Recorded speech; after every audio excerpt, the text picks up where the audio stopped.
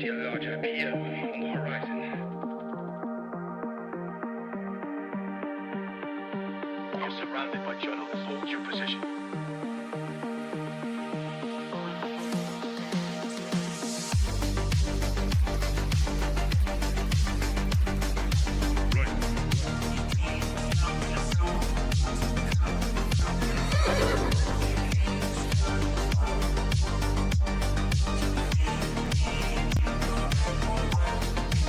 Misinformation.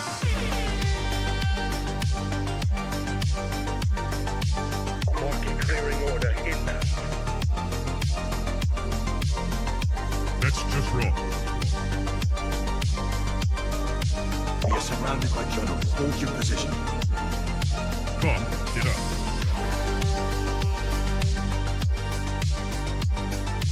Trust the experts. Vibe coding. We are experts. Founder mode.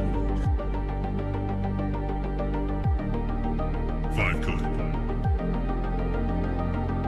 I see multiple journalists on the horizon. Stand by. Experts. UAV online. Glaze. Double glaze. Triple glaze. Double kill. Vibe code.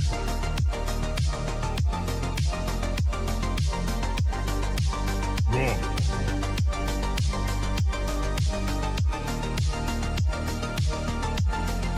Pump is up. Glaze. We are experts. Founder mode. Vibe coded. I see multiple journalists on the horizon. Stand by. Experts. UAV online.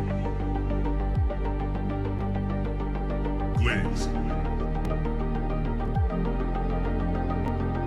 Double glaze. Triple glaze. Double kill. Vibe code.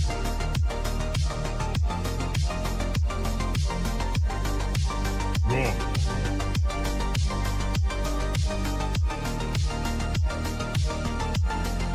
Pump is up. Glaze.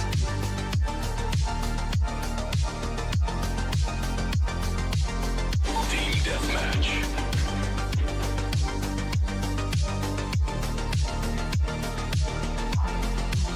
We are experts. Triple glaze. That's just wrong. Right.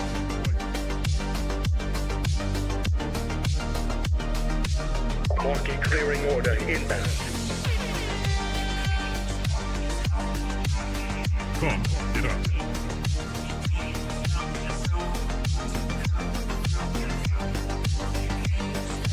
We are surrounded by journalists. Hold your position.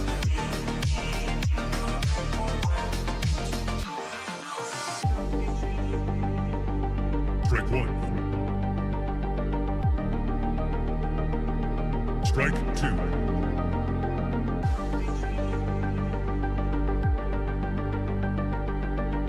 Activate Golden Retriever mode.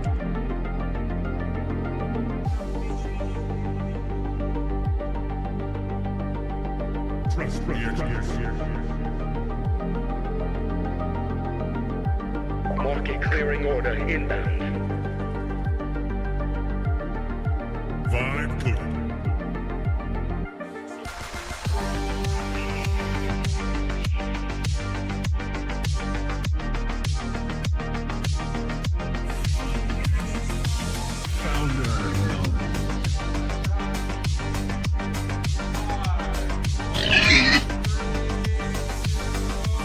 You're watching TBPN. Today is Friday, April 24th, 2026. We are live from the TBPN Ultradome, the Temple of Technology, the Fortress of Finance. We have a great show for you today, folks. We have George Kurtz coming on from CrowdStrike, Professor Sendy from Instagram. You might have seen he's the expert of Wombos. Gary Vaynerchuk's coming on. We have a lightning round going on with a couple founders. It'll be a fun time. But the big news. Wrapping up with Ben Horowitz. Ben Horowitz. Horowitz. Horowitz. Horowitz. Horowitz. The big news, of course, is Intel. Intel is absolutely ripping. Intel jumped 20% after hours on the back of $13.6 billion in Q1 revenue. Only 11% above analyst estimates, but there's 5 key factors that are coming together to create a new narrative around Intel that are driving the stock much higher. And it is almost at all-time highs. The main factor is Bubble Boy on X. A lot of people have called this, and it is long overdue. The revenue's only up 7% year over year. But next quarter is already guiding to be better, somewhere north of 14 billion probably. But there's still big losses under the hood.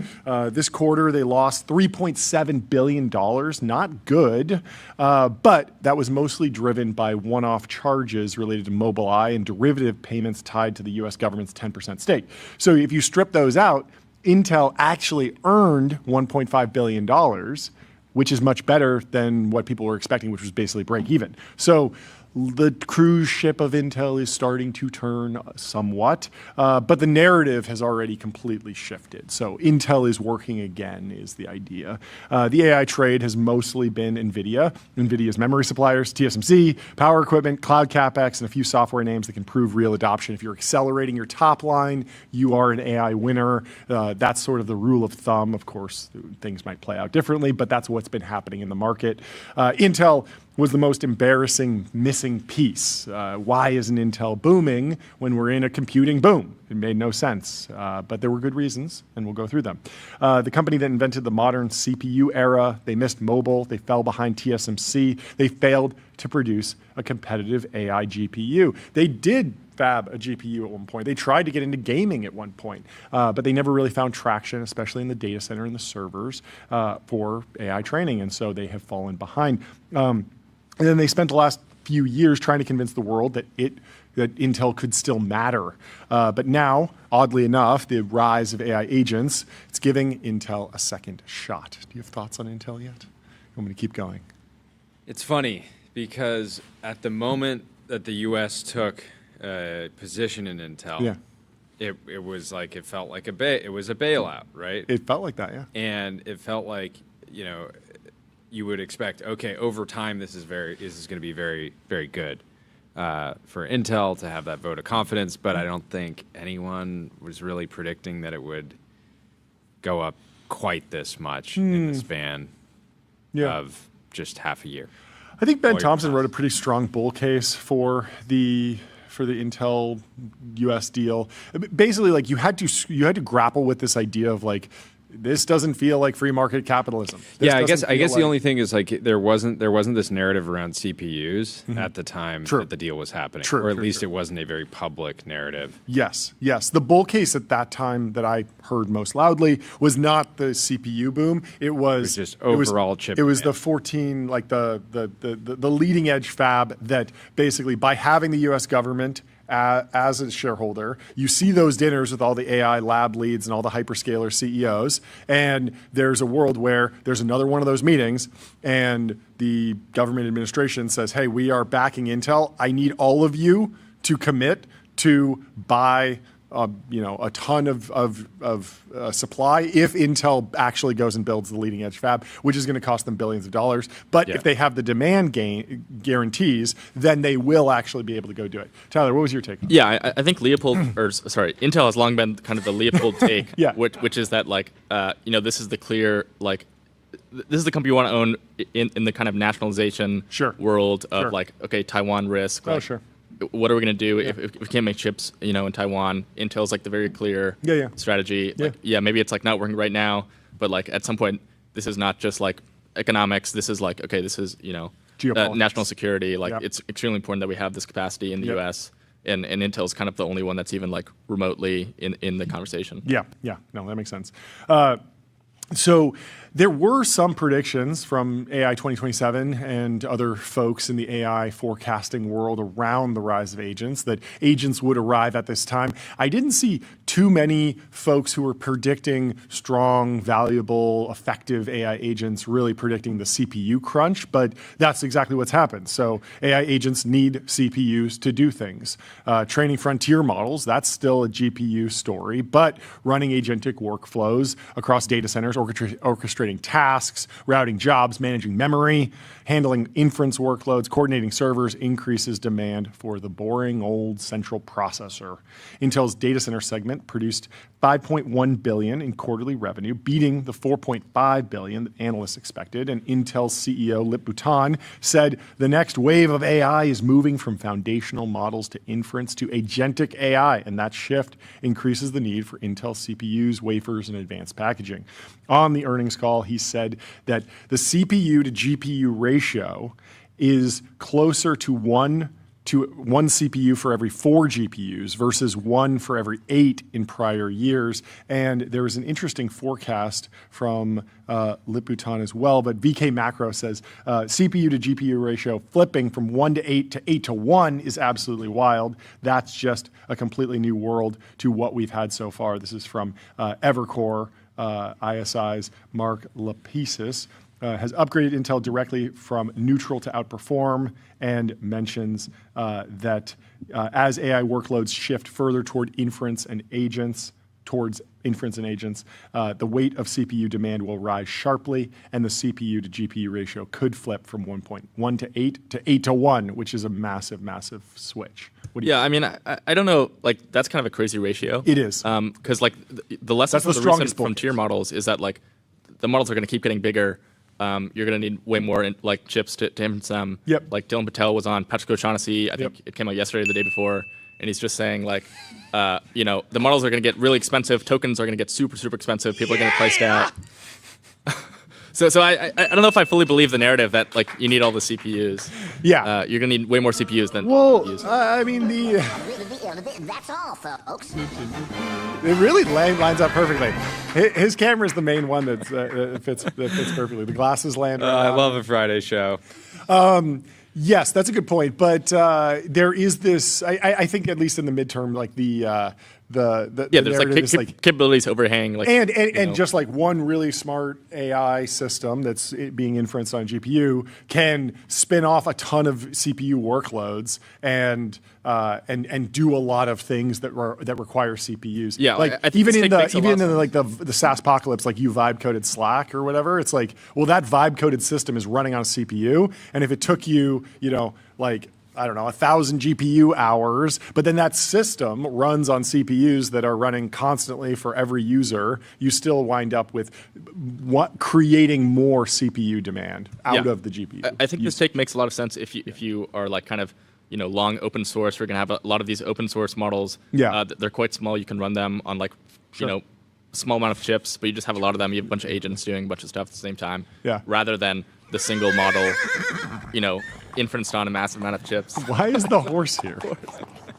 Anyway, whether it's going to 8 CPUs for 1 GPU or staying at 1 CPU to 4 GPUs, it's still twice as good as it used to be, because it used to be 1 to 8. And so that is bullish for Intel, and Lip Bhutan is making that clear to the market and to the investors on his earnings call.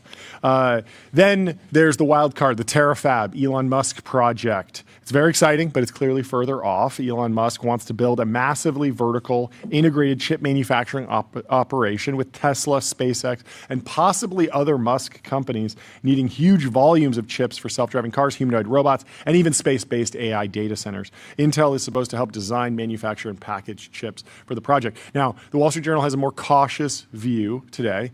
Elon is aiming for Terafab to reach 100,000 wafers a month, and then eventually 1 million wafers a month, which is just insane scale. So let's put it in context. 1 million wafers a month is about 70% of TSMC's total monthly output across all fabs.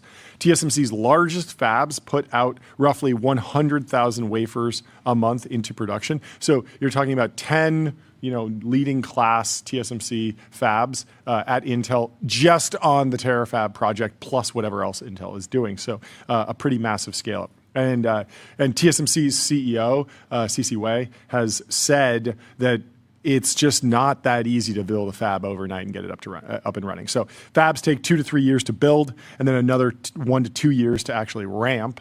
And we've seen this with TSMC Arizona, which we've been very excited about, but it just takes time. And there is a bottleneck, and the bottleneck has been discussed at length. Ben Thompson wrote about TSMC risk and strategy, arguing that TSMC needs to spend more on CapEx. And I think that should be clearer now. We'll see what happens at the next TSMC earnings call, because maybe they will be waking up. But overall, the Intel now has a collection of plausible demand stories. Even though the demand itself is not going vertical, the stock is going vertical on the back of these 5 key demand stories that are all pointing in the same direction, directly up. 1, AI agents need more CPUs.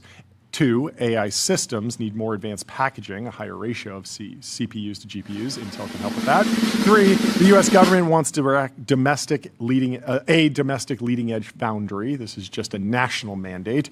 4, Musk wants an impossible amount of silicon. And 5, also the hyperscalers want more supply. And so all of that is good news for Intel. There are more companies that are getting into the CPU design space. We talked about ARM recently, and ARM, of course, it feels like they will be going with TSMC in the short term, but who knows what happens in the long term. So as CPUs continue to be important in the AI story, all good news for Intel.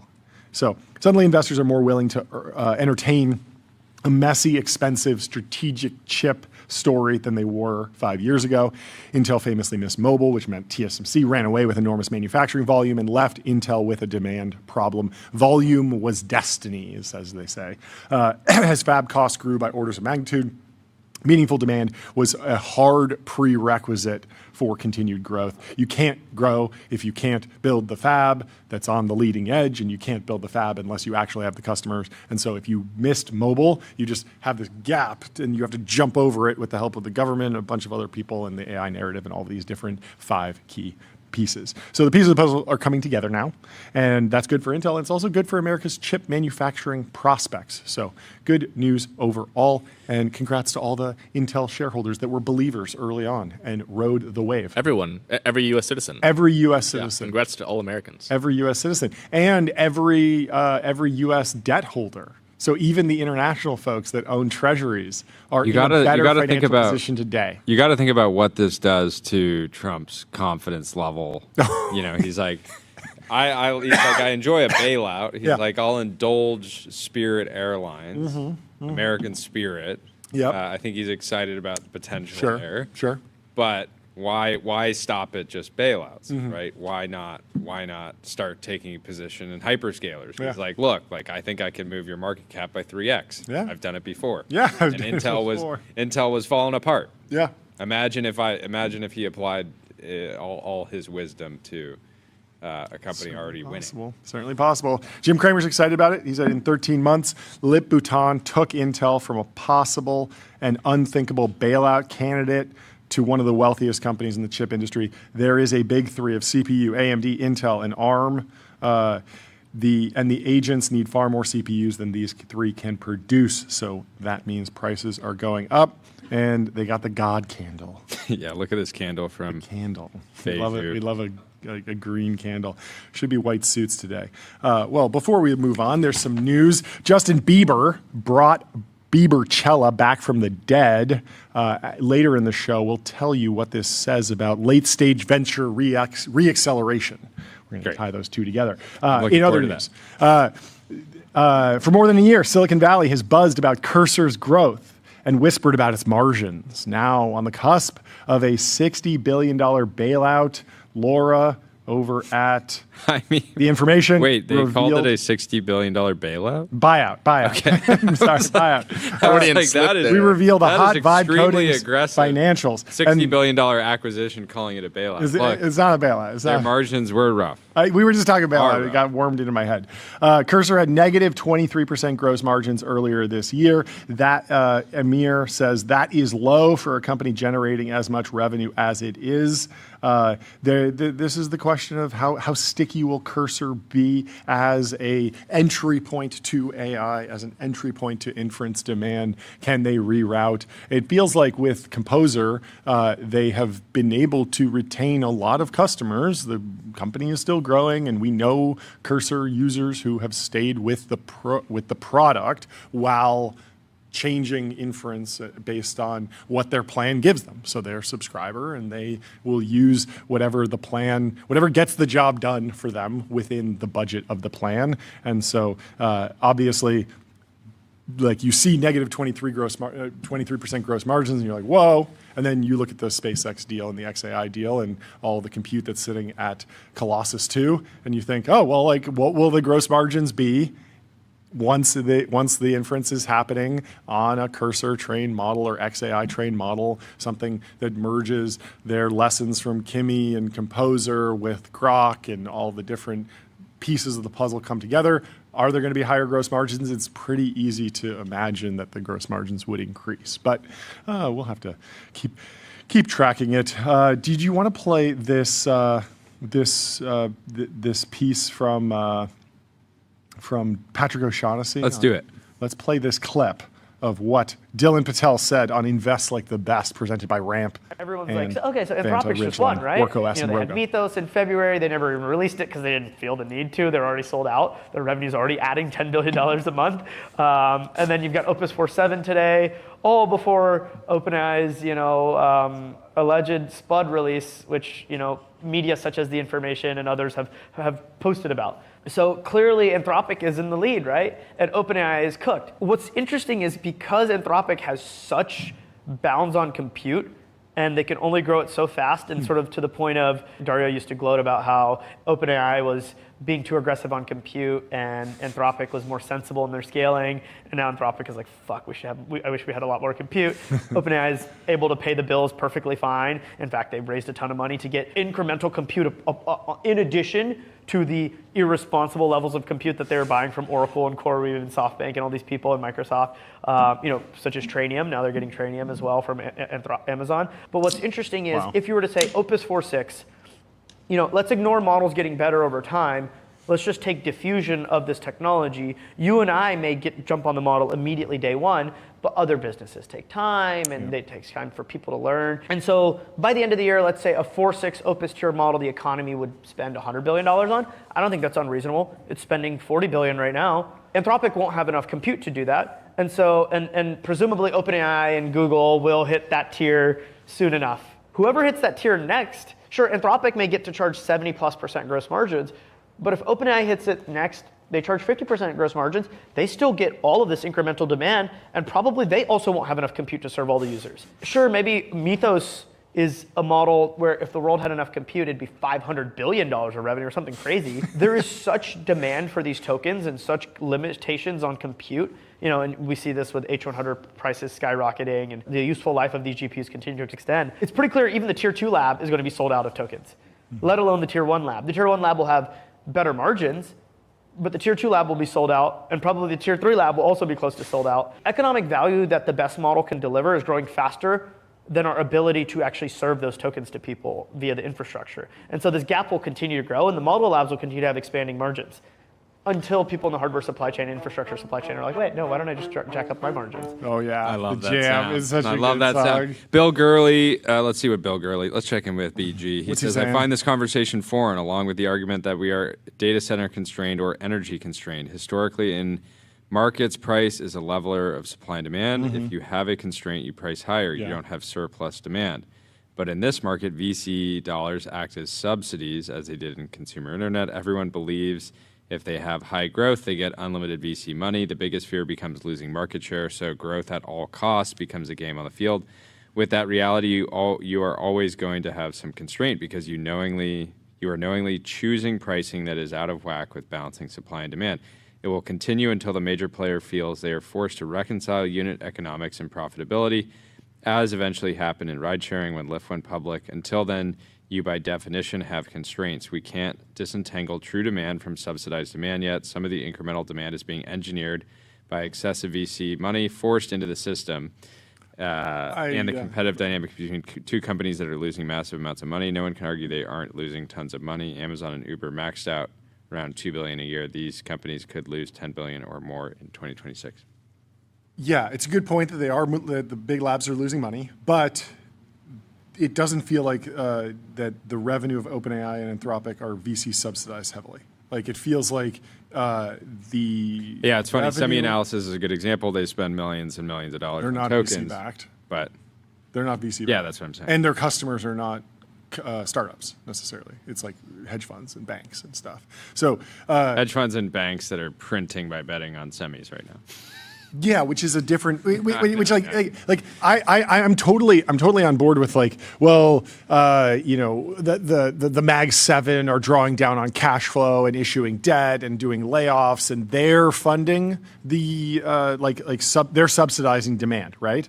But the idea that VC dollars are the biggest drop in the bucket of subsidized demand feels like I don't know. It just doesn't quite math out to me, because the actual revenues and demand from Fortune 500 companies is so high, and the really big dollars in all of these rounds. I mean, Anthropic just raised something like 40 from Google today, and that's not a VC subsidy. I mean, it is a subsidy. Yeah, I'm surprised. I'm surprised he's not talking about like big tech subsidies. Yeah, right? yeah, but maybe he is using the term VC dollars like broadly, which is like fair, including. Yeah. Yeah, and wasn't SoftBank in? Was SoftBank in Uber? I think maybe. But there is an idea that you get to a certain scale and it becomes like Guess sovereigns. How much SoftBank is up in the past month? How much? Guess. 200%. Come on, John. 73%. That's not bad. That's a big number. Yeah, I mean that's a big number. The ARM holdings alone probably huge. If he's using the term VC subsidies, VC dollars broadly, I think that does sort of it is a reasonable point. But at the end of the day, you talk to most companies and most paid chat subscribers, and they're just like, I like the thinking model, so I pay $20 a month. I like the pro model, and I use it to create value, or whatever subscription I'm on. I'm getting that much value in like software for my business that probably doesn't even exist. Like all the vibe coded software that we use here, like it's just not available off the shelf. We're building like completely net new products, and I think that that's like generally what's happening in the AI economy. There's been this like discussion for a long time. Martin Scully was sort of debunking it around like, oh, is this like, are these all like circular deals? And he was like, no, like the economy is so broad that you have, yes, there are, yes, like Google might take a position in Anthropic, Microsoft might have a position in OpenAI, but you also have completely Main Street customers and just average Joes who are paying, seeing ads, buying things. There's companies that are profiting off of running ads and other inference providers. Like there's like everyone. It's one big circle. It's one giant circle of life that is actually self-perpetuating, because it is a true economy that hits 25 different categories. Well. Sorry. You might think it's over, but Elad Gil does not. He says, my view is the AI boom will only accelerate and is a once-in-a-lifetime transformation. This is orthogonal to whether many AI companies should exit in the next 12 to 18 months, as some may lack durability versus labs, new entrants, or weird market shifts. But he's extremely bullish. He also posted a funny thing about his new life plan. He said his new life plan is to move to Brooklyn, get a neck tat, ride a bike everywhere, cold brew his own coffee, also start drinking coffee. That's an odd thing to jump straight to the Was he like trying to, is this like a cipher of some sort? He wants to adopt a 12-year-old is there a secret message embedded in this post? Maybe. I don't know. What's the Straussian reading? He wants to vape mango pods, but ironically, and wear a scarf everywhere during summer. We have to pull this up. Saraguo says, no thank you. Pull this up. We got to break it down. Sourdough. I don't know. I've spent like a few weekends in Brooklyn. It's a nice town.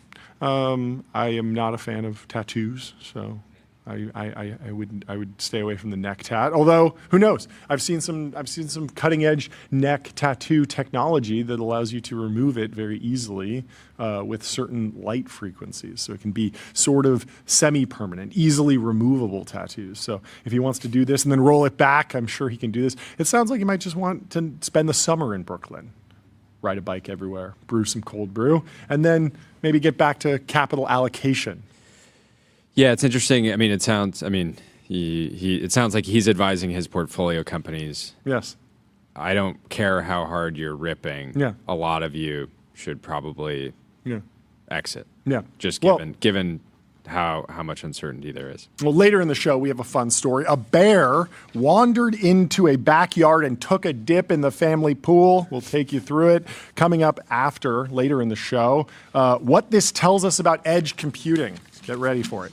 Joe Weisenthal says defense stocks have been trading not just like the Iran war is over, but like all war ever is over, says Barclays Capital Alexander Altman. I would not expect this. Lockheed is down significantly, even pre-Iran war buildup. It fully round-tripped. Well, maybe that is good news. The goal of these companies is to bring about peace and defense, and so perhaps it's over. I don't know. It's hard to track. Has Jane Street achieved AGI internally? I think so. They definitely have. They did $40 billion in revenue last year, more than all the big Wall Street banks, and with only 3,500 employees. Yes, let's give it up for Jane Street. Fantastic. Capping a stunning ascent to the peak of the industry, the firm flew past global investment banks after reaping $15.5 billion in the year's final quarter, according to people with knowledge of the results who asked not to be named. They're leaking. With only 3,500 employees, it beat the nearest rival, JP Morgan Chase, by 11% during the year. Tether did $15 billion at 200 employees, so maybe they aren't the hottest shop in town, but that is very, very impressive. That's like one of those questions, like, would you rather do $40 billion of revenue with 3,500 employees or $15 billion of revenue with 200 employees? Well, we have some exciting news out of Thrive Capital. Josh Kushner announced a new fund, Thrive Eternal, a permanent capital holding company that will be concentrated in a small number of assets that we can own and steward over many decades. Across Thrive Capital and Thrive Holdings, we are building and investing through a moment of exponential change, backing emerging technologies, the infrastructure that powers them, and the businesses they can transform. Increasingly, he sees a fourth category. These are assets with qualities that cannot be replicated by technology, iconic franchises and cultural institutions rooted in tradition. And he says his first partnership is expected to be with the San Francisco Giants, an institution built on more than a century of shared identity and community, and among the most iconic sports franchises in America. I looked it up before the show started. The San Francisco Giants, if you're not familiar, it's an American professional baseball team based in San Francisco. Baseball is a bat and ball sport played between two teams of 9 players, each taking turns batting and fielding. The game occurs over the course of several plays, with each play beginning when a player on the fielding team, called the pitcher, throws a ball at a player on the batting team, called the batter, and then the batter tries to hit it with a bat. And so they play this game, they sell tickets to the game, and that's how the San Francisco Giants make money. And Josh Kushner with Thrive Eternal is getting in on the action. TBPN style show. Yes.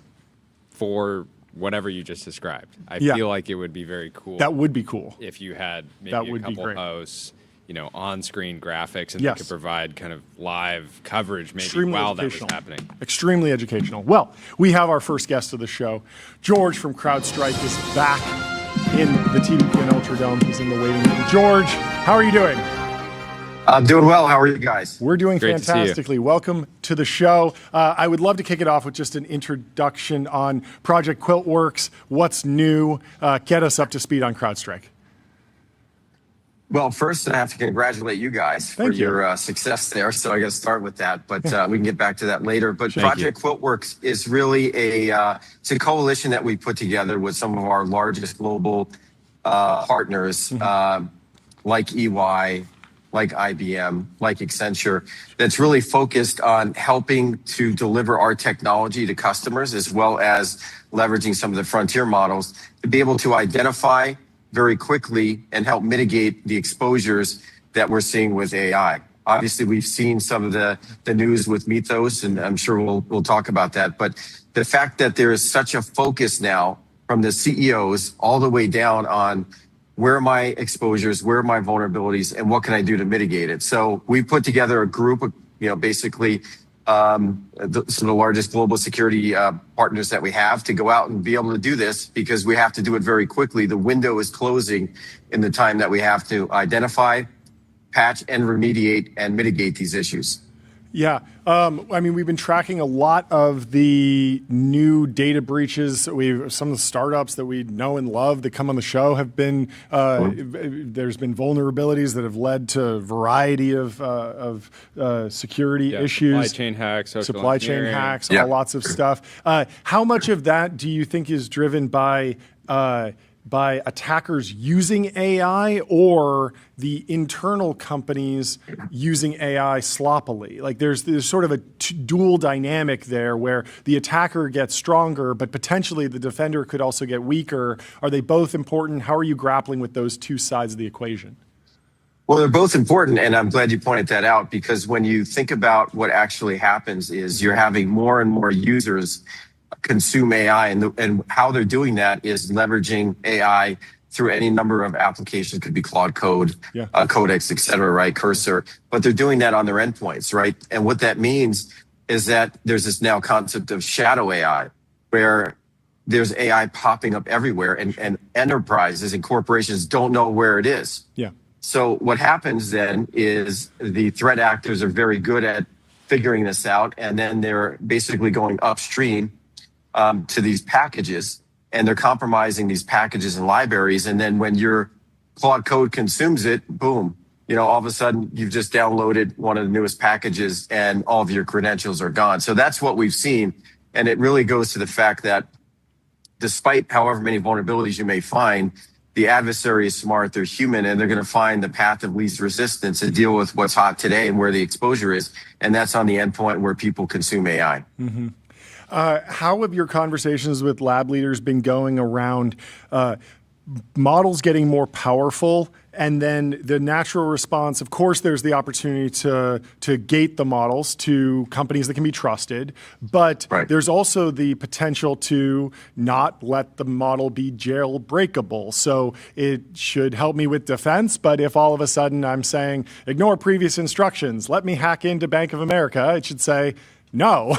That's always been a problem. It used to be a problem with just the sort of the silly, jailbreak, say a bad word or do something that it shouldn't say. Now it's getting much higher stakes. But have you been seeing glimmers of confidence in the ability for AI labs to actually contain the model's capabilities as they roll them out to a broader audience?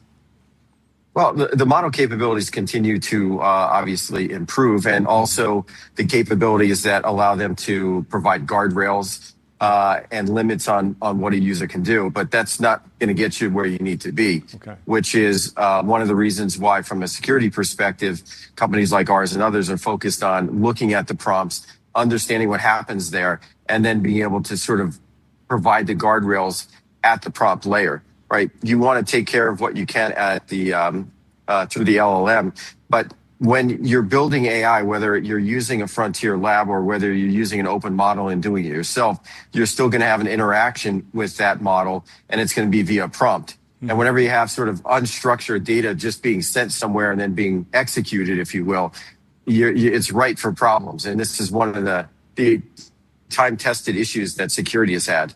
So putting guardrails on that, we call it AIDR, AI detection and response, and it allows companies to look at those prompts and make sure that they're sanitized to and from the LLM. Mm-hmm. How are you thinking about the threat of open source models? The new DeepSeek R4 preview from yesterday was super impressive. Are you expecting, open source models that have, really threatening cyber capabilities in something like 6 months? Yeah, I think Dario was estimating around 6-month lag time after Mythos for the lagging edge to catch up. I don't think it's long in a few areas. I mean, if you look at Kimi 2.6 that just came out, right? I mean, these are impressive models that are out there. And what you have to realize is even the frontier models themselves, the ones that are public, are still very, very capable. Like it is extremely capable. So you can find a lot of vulnerabilities. You can basically chain these together and create sort of an automated attack. And that's what we're seeing. Obviously, some of the private models have the ability to actually chain these sort of vulnerabilities together, more like a human. They've got more reasoning capabilities, which is one of the really powers of their models. But the other models are not far off, and the open source or the open weight models really are going to be focused on catching up very quickly. So the window, as I said when I started the program with you, is very small, and that's why we started this coalition with QuiltWorks to be able to find these at again with the board mandates all the way down, find our exposures, fix them, and make sure bad things don't happen. And there's not a lot of time to do it, unfortunately. How are you thinking about AI powered but potentially non-automated cybersecurity risks? We were talking to a founder who's working with engineer recruiting, and he was having luck using AI agents to send outbound emails. And you can imagine that phishing attacks will get more sophisticated. The ability to hop on a Zoom call with someone that looks like your boss but is actually an AI avatar. All of these new risk factors are popping up, and I'm wondering if this is something that we potentially need to be more aware of and not get distracted by, not get overly distracted and forget about the human element of security. Well, the human element is really the weakest link. I call it a layer 8 problem, right? The problem is between the keyboard and the chair. Yeah. And that has been the case for a long time. So let's take your example. Yeah. One of the most prolific groups, threat actor groups that we actually track is called Silent Chalima, which is North Korea. So North Korea has been very active in getting hired into a company, right? And then basically the laptop that you send them gets sent somewhere in the US to a mule, and that mule takes it to a laptop farm, and then the North Koreans control that. So they already just bypass all of your security because you just handed them a laptop. Wow. Okay. So we're seeing lots and lots of those. Yeah. And it's funny because I started identifying this before anyone even knew about it about 2 years ago. And we first started notifying customers like, hey, we think you have a North Korean. It's not really Bob in Texas. It's a North Korean, which obviously is always a little dicey when you're talking about an employee that may not be an employee. So we told everybody, and then finally they tracked it down. They said, yeah, you're right. And they went to the hiring manager. They told the hiring manager, like, hey, we need to get rid of this person. It's a North Korean. And his response was, well, they do really good work. Can we keep them? So, you have to think of, I mean, I can't make these stories up. But yeah, wouldn't there be an incentive at some point if they did get somebody on the inside to just actually staff a bunch of super talented engineers like on that one individual employee, so you have like 4 remote engineers doing the job of one like real employee, right? So it looks like, wow, this person is like insanely high output. Yeah. They're working around the clock. We can't. Why would we get rid of them? They're incredible. There's no way there's no way they're just that's crazy, farming us out. That's exactly what they do. So we're seeing that. We're seeing agents go rogue, which is problematic. One of the big challenges with AI is goal seeking. So you create an agent. One story is a customer that created like 100 agents. One agent found some issues in code, wanted to fix it, but it didn't have access. So it went back to the Slack channel where the other 99 agents were hanging out and said, hey, I'd like to fix this issue. I don't have access. Who has access? One agent put its hand up and said, I can fix that for you, and happily fixed it and basically worked around all the security boundaries. So goal seeking, I don't think we talk enough about goal seeking, because when you put an agent on it, depending on what model you're using and how it's set up in the harness, they just go nuts until they actually get to the goal. Yeah. They'll actually steal credentials out of your keychain, even if you didn't give it to them, so they can keep going. Wow. Yeah. That's what we're seeing. Yeah, because in one way that, if the goal is to achieve the task, it succeeded, but at what cost? And it needs to know that there are rules for a reason. What are some of the other cybersecurity tasks that are being successfully augmented with AI or AI agents these days? I'm thinking of obviously vulnerability testing. That's something that great cybersecurity researchers, great programmers have been able to do for a long time. Now it is amplified a millionfold with artificial intelligence. But are there other maybe more bespoke or soft skill tasks that cybersecurity researchers are able to amplify their efforts with by working alongside AI? Well, AI is going to change the way the SOC works, the Security Operations Center. And one of the things that I've talked about in our last user conference was really helping to try to pioneer getting to security AGI, which is a fully autonomous SOC, what I would call level 5 SOC, right? If we think about car autonomy, you've got 5 levels. You map that into security. 5 level, the 5th level is it just does everything for you. Now, as an industry, we're a ways away. We still have human in the loop. But what happens is then you're really taking a lot of this voluminous information and you're letting AI agents just grind through what you're really good at, and it cuts down time and effort. And then you're elevating these tier 1 SOC analysts and you're turning them into tier 3. And that has paid dividends. But the soft skill is it would take one of our customers, giving an example, would take them 4 days in writing a report to, what they call a sit rep report, the situational kind of response to what happened. And now 4 days turns into like an hour because it can all be automated using something like Charlotte, which is our agentic capability. So all of those things that were problematic, you can just get through, and you let AI do what it's really good at. Grind through lots of data, look at lots of sort of information, write reports for you, and then your AI agents can begin to take autonomous action. Some, again, by themselves, some with human in the loop, but it's really going to make the SOC a lot more efficient. Jordan, anything else? More fun question than less scary question. How is AI changing Formula One? Well, there you go.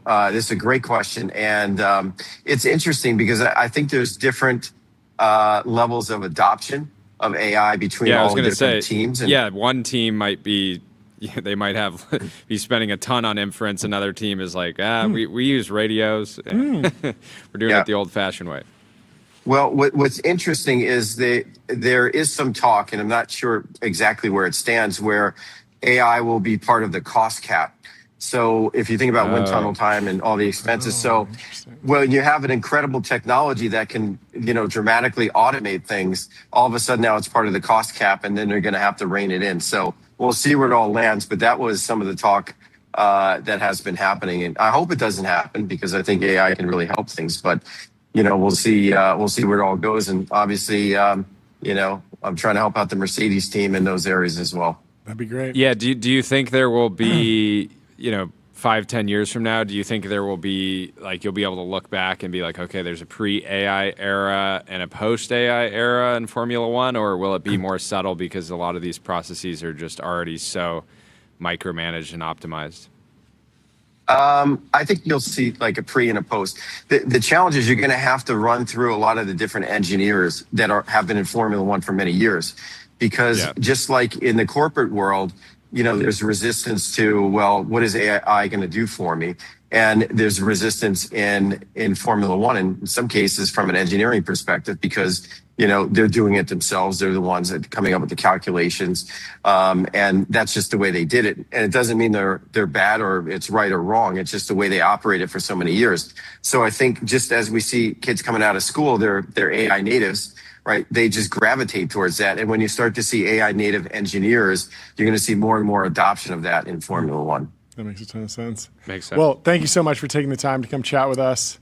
Congratulations on the you progress. It has to have been a wild quarter, but come back on soon. It's great progress. We will. Great to see you guys. Great to see see you. Congrats again to you. Goodbye. Thank you. After our next guest, we will be diving into the Summer House reunion, which has gone off the rails. We're going to explain why Bravo is the cleanest lens for understanding U.S.-China decoupling. But first, we have Professor Sendy. He's a word combo guru. He's a wombo guru.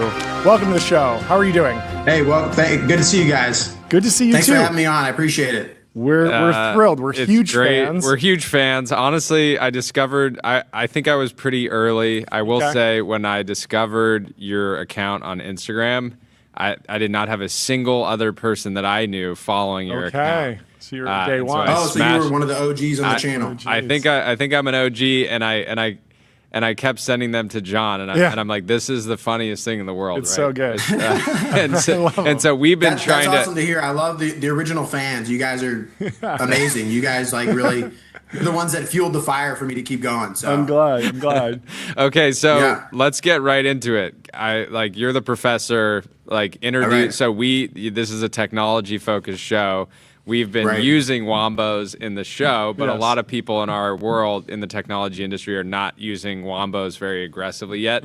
We think that's going to change. You know, there's this explosion of AI adoption. We're expecting an explosion of wombo adoption.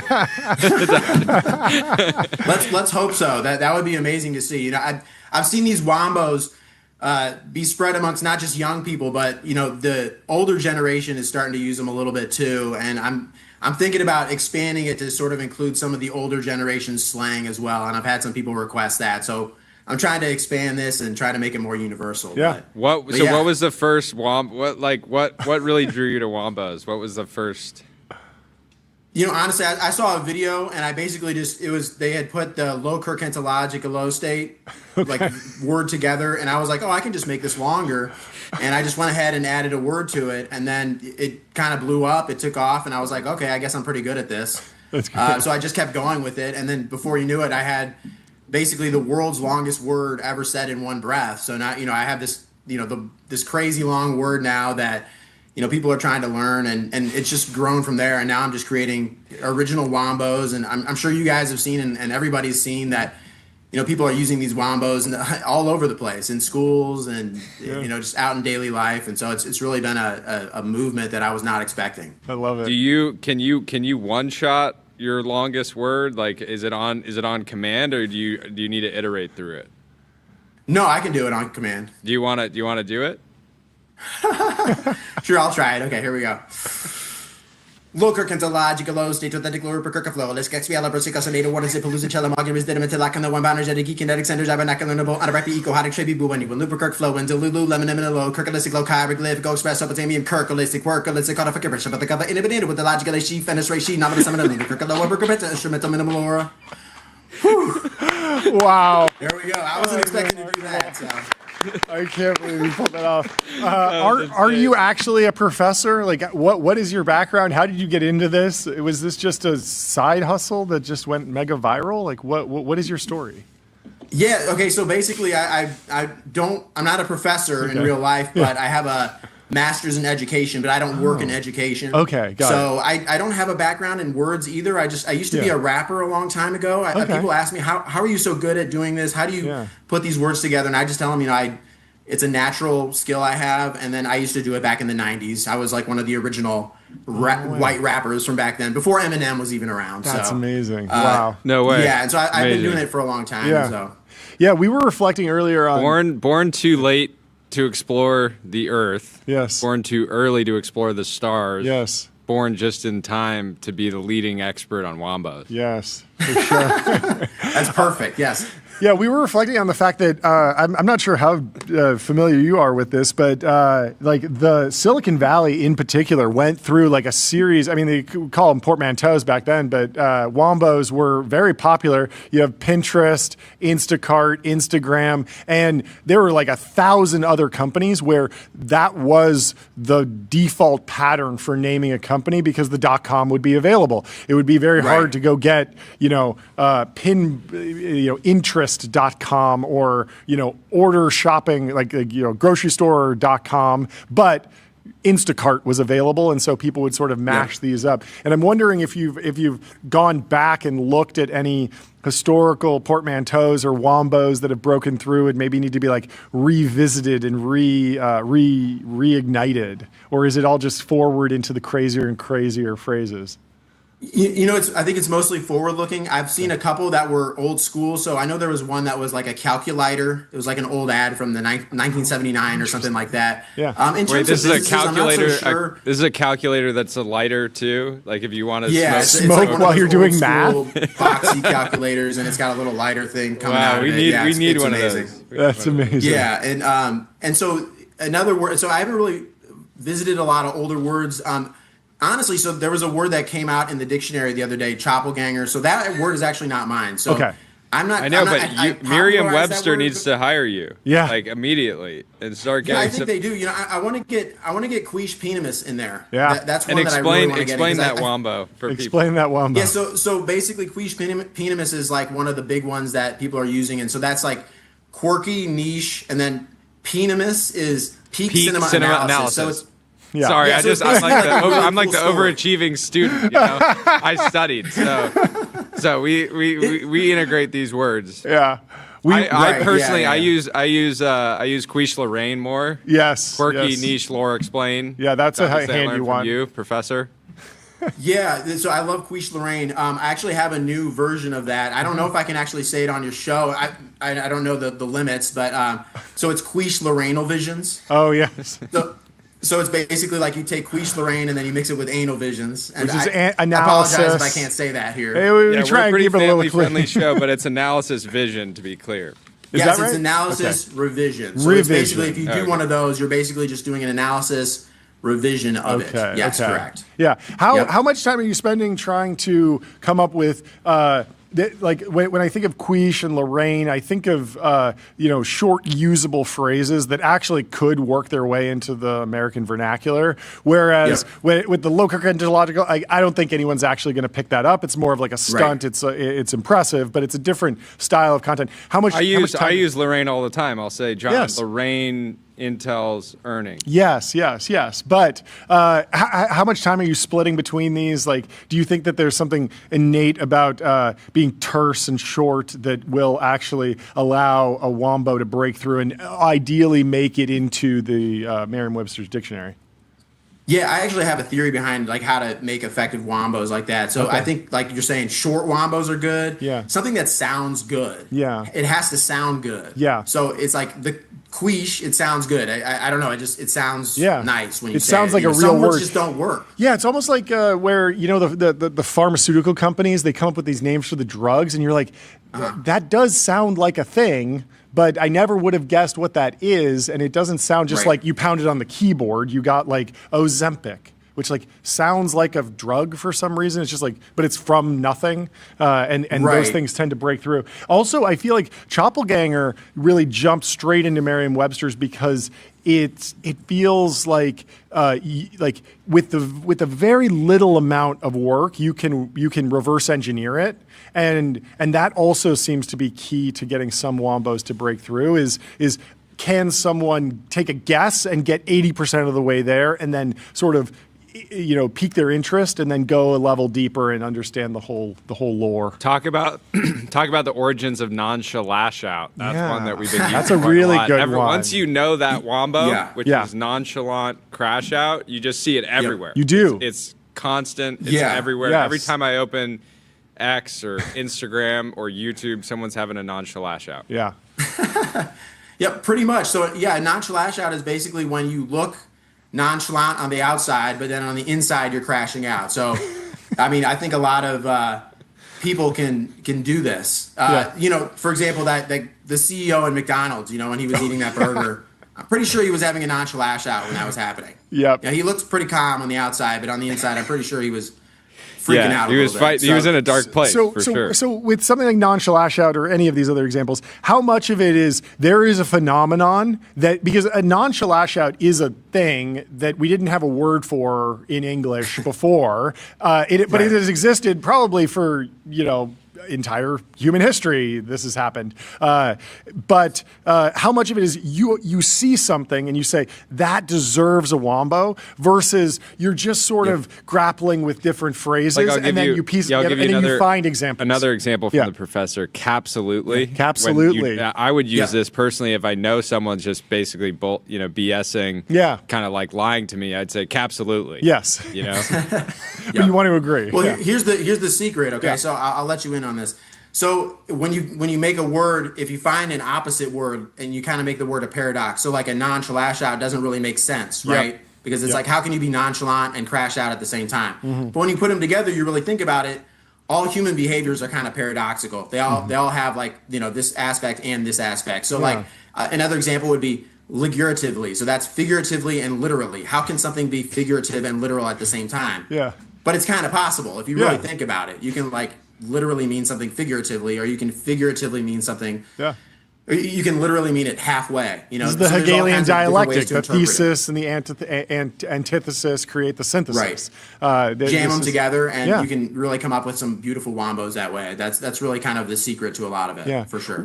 Where do you want to go with your creator journey? Because I was thinking like, Instagram Reels, notoriously hard to run ads or monetize. I don't know that there's an obvious like Patreon paid podcast play here. Maybe I would be interested to listen to you talk about etymology and language for hours. But I was thinking like brands should be paying you to create wombos about their products or their brands, and that would be sort of synergistic with like what the audience expects, what would actually go viral, and what you could actually get paid for. But are you early in the creator journey? How are you thinking about this as a business? Yeah, so right now I'm working on a dictionary, so I'm hoping to use that as cool. the stepstone to launching my products. I've got it.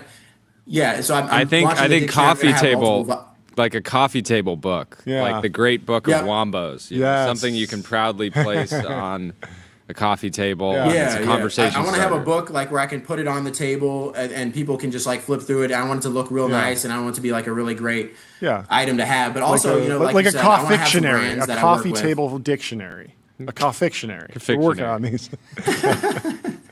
Sorry. So there you go. You're coming up with stuff. I'm working on it. But what else are you cooking? Got to keep on going. Yeah, for sure. But I'm early on in my journey, so I'm looking to work with some people, and I'm looking to make some books, and just looking to keep on building what I'm doing right now. And I've only been growing for like 4 months now almost. So I mean, I really haven't. I was barely there in January, and so it's just exploded. So it's still kind of the beginning right now. So there's so many opportunities. So it's really looking up. Yeah, we had someone on the show whose whole job is coming up with names for tech companies, tech products. Didn't he come up with the name Sonos and a few others? And I feel like that's your grasp on the English language is sorely needed among some companies that have very complex product names. And so I see like a bright future in a bunch of different ways, but eagerly await about the coffee table book. Anything else, Jordy? No, this was super fun. Yeah. We're having Gary V on in just a couple minutes. Yeah. And we'll ask him ideas on how to monetize Professor Sendy in the Wombo universe, because I feel like he could. I think he'll have some ideas. Do you? Yeah, that would be amazing. And and if you're mention me to Gary V, that would be very cool. That's awesome. Yeah, I appreciate that. Do you experience anything different across the platforms? I know we follow you on Instagram. I know you're on TikTok. Is there anything that you've learned from like the different platforms?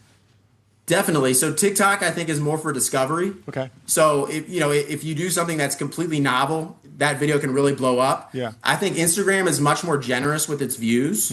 But I think you can really build a solid base more on Instagram. I just feel like TikTok's more for discovery, Instagram's more for growth and personalization of your brand. Have you put these on YouTube Shorts yet? What's that? Have you put them on YouTube Shorts yet? Just because it's a similar I haven't. platform. I used to do YouTube, and I don't know if it's going to fit on that platform. I don't know. I'm hesitant to go there, and I've been hesitant to go on Facebook Meta. Oh yeah. Just because I don't know if it'll work, and I used to do that, and so I'm not sure about it yet. So we'll see. Okay. Well, thank you so much for taking the time to join the show. Fantastic to talk to you. And thank you for all your analysis and teachings. Yes. It has brought both of us so much joy. Yeah. Like not just watching Yeah. the videos, but using them. We got our lawyer to use Quiche Lorraine once, and we were very, very happy about that. That's a high compliment. I appreciate that. Thanks for telling me that. It was remarkable. Awesome. Yeah, Jordy and John, I appreciate you guys having me on. I really do. Yeah. Yeah, you're the man. We'll talk to you soon. Great hanging. Have a good All rest right, of your day. thank you. All Goodbye. Greg Brockman's apartment is for sale where they started OpenAI. Sheil Monat says, I do not think there is an opportunity to build an OpenAI themed Airbnb, by the way. But who knows? Maybe some filmmakers will pick it up. It is a 3-bedroom, 2-bath in San Francisco. $1.545 million. 1,800 square feet. It is an incredible piece of lore that OpenAI started in this particular apartment. Yeah, this feels like it will go quickly. Yeah, Like there are so many people in San Francisco that might need a place, and to just snap up the place that OpenAI was effectively formed. Yeah, I remember some of the How can you not? early photos. Good times. We should go to this video from Zain Shah. Imagine every pixel on your screen streamed live directly from a model. So this looks like a website. And when I saw this, I thought that it was a website. I saw a URL at the top, and I was like, oh, this is a cool demo for some sort of tour of Notre Dame website, probably vibe coded, a testament to what the modern coding models can do. But it's not code. This is what you are seeing is actually not code. There's no HTML, no layout engine, no code. It is a diffusion model that is rendering this as the input is given. And so you can think about this almost like those world models, those generative video games where you walk around. But this is sort of a very, very early glimpse into sort of what the future of generative UI might look like. Jordy, why are you laughing? Because the chat is doing a bunch of wombos. Oh, okay. We got to work on wombos. We will be integrating those more in the near future. But we have our next guest in the waiting room, Gary Vaynerchuk from Vayner Media. Gary, how are you doing? Welcome Gary, back to the show. Do you know about wombos? I do not, my friend. You got to learn about wombos. You got to learn about wombos. They are the next meta. They are the next meta. If you're not doing wombos in 2026, you're getting left behind. So wombos are word combos. So the example would be a quiche is quirky and niche. You put it together, and that's quiche. Or Lorraine, lore plus explain. That was a risky start for the first word. Yeah, that's a risky one. Lorraine is a better. Lorraine is a better one. Give me if I say Lorraine. Boys, first and foremost, congratulations. Thank you. Thank you. That really made me happy. Thank you.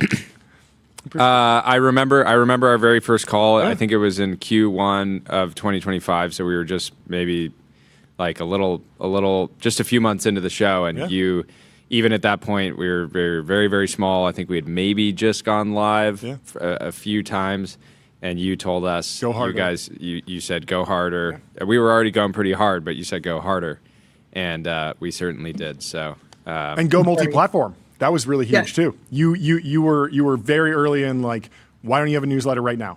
Why aren't you on YouTube in multiple ways? Why aren't you on Instagram yet? And so we did the uncomfortable thing of posting pretty subpar content for a while, but it started the compounding very, very early, and now the stuff's really much better.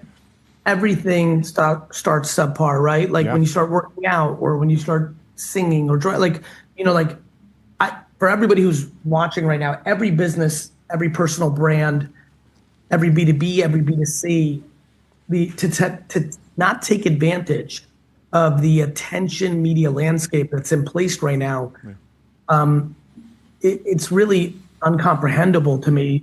There's never been a time in the history of humanity or business where the cost of distribution is zero for the distribution. There's costs in the content and the way you do it, but the upside is so extraordinary against the investment. And when you frame it up properly, multi-channel, multi-format, the business outcomes can be extraordinary. And I'm happy to see you guys get one. Yeah.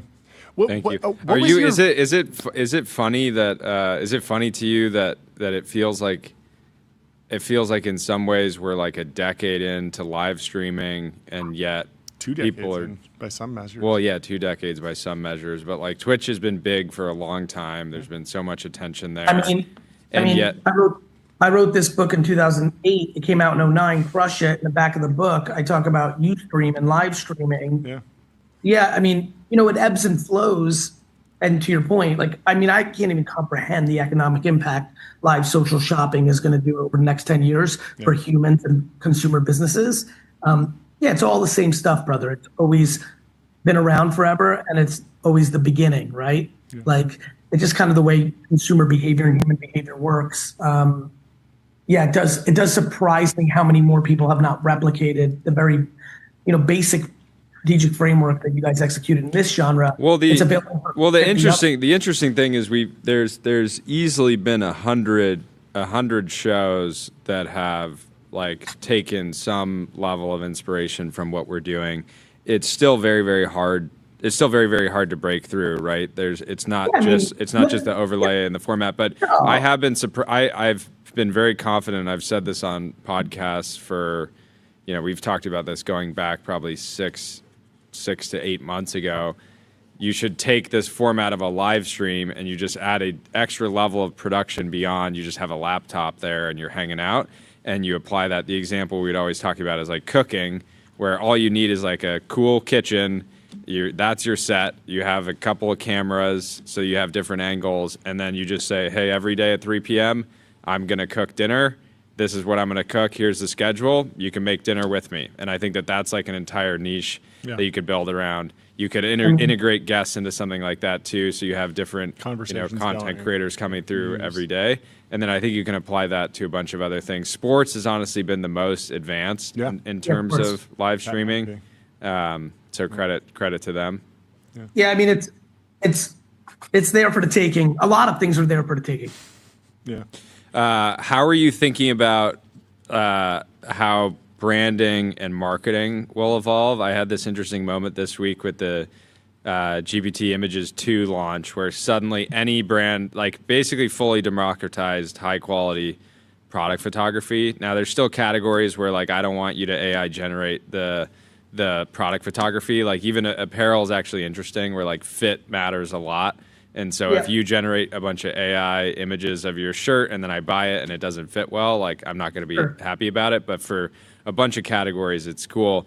And I was kind of have this kind of strange moment where it used to be you could identify an entrepreneur's ability by their product photography in some way. Because even if somebody's bootstrapped and scrappy, they would find that friend and say hey, do me a favor, help me get some great images. And you could kind of categorize a company that you're seeing online, okay, could this person figure out how to get great product photography or not? But now the bar is just so much lower. You're a couple prompts away from it.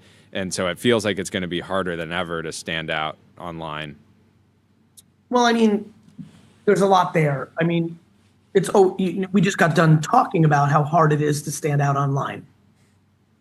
Right, the cost of entry is zero, but this is a competition. Everyone's trying, and so everyone will make content, video, picture, audio, at a level that is uncomprehendable to all of us that were born prior to 5 minutes ago. And this will be another transition. I think, there's always going to be a timing game to this, right? So right now, this open claw, allows me to do things that a lot of people aren't thinking about right now. And me knowing that and me playing with that. And then even more interestingly, how creative or strategic am I with the agentic agents and what are they doing for me and how do I understand it? Blah, blah, blah, blah, blah. So I think it's kind of always going to be the same thing. Whether it was electricity, and some people put electricity in their home and other people were scared to because there was demons in it, or, the car, or the typewriter is one that I've been fascinated by the competitive advantages of the companies that actually brought typewriters in versus, putting penmanship on a pedestal, just, and computers and the internet and mobile devices and open source versus closed source and social media, now AI. Look, this AI thing is no joke. We all know that. it's big stakes. There's a lot to it.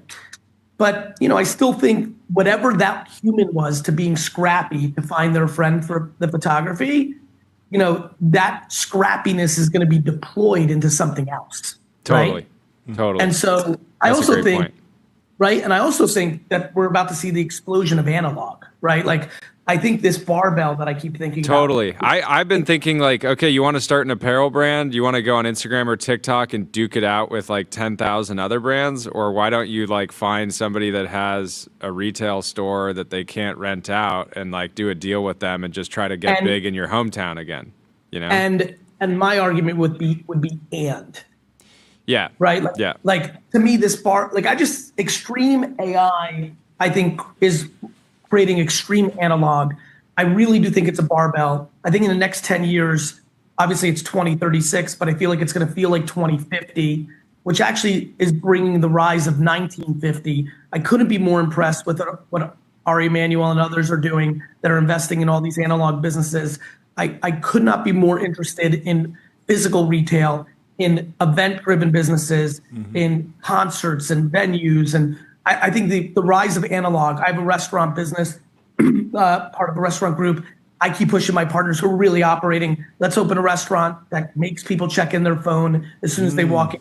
Let's put people in group tables. I think there's, you see what's happening with flip phones, Gen Alpha buying them. We see vinyl sales. I've been very at the forefront of collectibles. I felt collectibles was something tangible and was a gateway drug to community. If you've never been to San Diego Comic-Con or the Sports Card National or Fanatics Fest. So I think there's a lot of interesting non-digital realities that are coming as a counter move to the insanity of AI advancements. We're literally within a half decade not believing a single video, not a single fucking video that's on the internet. In 5 years, if we're having this interview right now, most of the audience is trying to figure out if we're real or not. That is very real and has real substantial counter opportunities. So, the photographer who's sad when they hear that, I'm like, no, you might actually crush in a different way. And so I'm curious to see what the counter scaled moves are going to be of the next decade. And I think for any real entrepreneur, they're not crying about AI killing them. They're curious about what AI at scale is going to create opportunity for them. Okay. Totally. Let's go deeper on analog. I want your reaction to this headline that for the first time this century, vinyl music sales eclipsed $1 billion in a calendar year. Sales of vinyl records are up something like 10% in 2025. Yeah, they're effectively like 10% of like global streaming revenue is just vinyl still. It's bigger than CDs. It's making a bigger comeback than other formats. What is your reaction? Is it people looking for wall decorations? Are they actually listening to the vinyl? Do you have any idea of like what we should read into that idea of this nostalgic format coming back? Do you see my shelves here? Yeah. Only thing I've been thinking about for the last 7-8 years, or not only, but very hot on this. Yeah, the answer is yes to both. Mm-hmm. Some of it's happening with decorative. A lot of it's happening with collectibles. Yeah. Even more is happening with subconscious counter push to extreme digitalization. Sure. Yeah. There are people, this is, by the way, one of the reasons we're not going to see unlimited television commercials and social media content that's just pure AI from the biggest companies in the world is every time they try to go there, you probably have touched on your show, McDonald's, others, they get such backlash because the whole world is so scared that AI is going to take their job that the consumer is pushing against it. And then that's one part. And then the second part is, people are starting to do counter behavior consciously and unconsciously. And then there's just swings of trends. Like music sounds great in a great record player. And people are like, oh, this is kind of cool too. And it becomes behavioral. It starts in the same stuff. This. It's like the Brooklyn extremists are like, let's go, hippie cool culture. And they get their little thing in a little sub pocket. It bleeds out a little bit. Then the Manhattanites feel like they're not cool anymore. So they do it to keep up with the Brooklynites. And then we have that version everywhere in California and Texas and Florida and everywhere in the world. And so it's normal consumer behavior, but it is clearly a counterpoint to extreme in feed, in digital consumption. And I think that's great. It speaks to the thing I most believe in, which is humans correct themselves at a level that we are unbelievably underestimating. The sheer adaptability of the human race is extraordinary. Let's give it up for us. Sports. Well said. I want to talk about sports. Yeah, I mean, sports are a good example. We were talking earlier, a friend of the show, Josh Kushner, is looking to acquire a stake in the Giants and out of his new Eternal Fund, which is basically will seemingly be a collection of evergreen bets that can't be disrupted by AI, because I don't want to watch and then an the AI sphere. simulation of the Giants. Story. The Sphere is another good example. Crazy. Everyone was thinking that was not going to go well. They were worried about the debt, and the stock is up like 3x. It's done very well. How are you thinking about both opportunities in new physical locations like the Sphere, and then also in the more legacy brands like the San Francisco Giants, the New York Mets, the different sports franchises out there? Yes. It's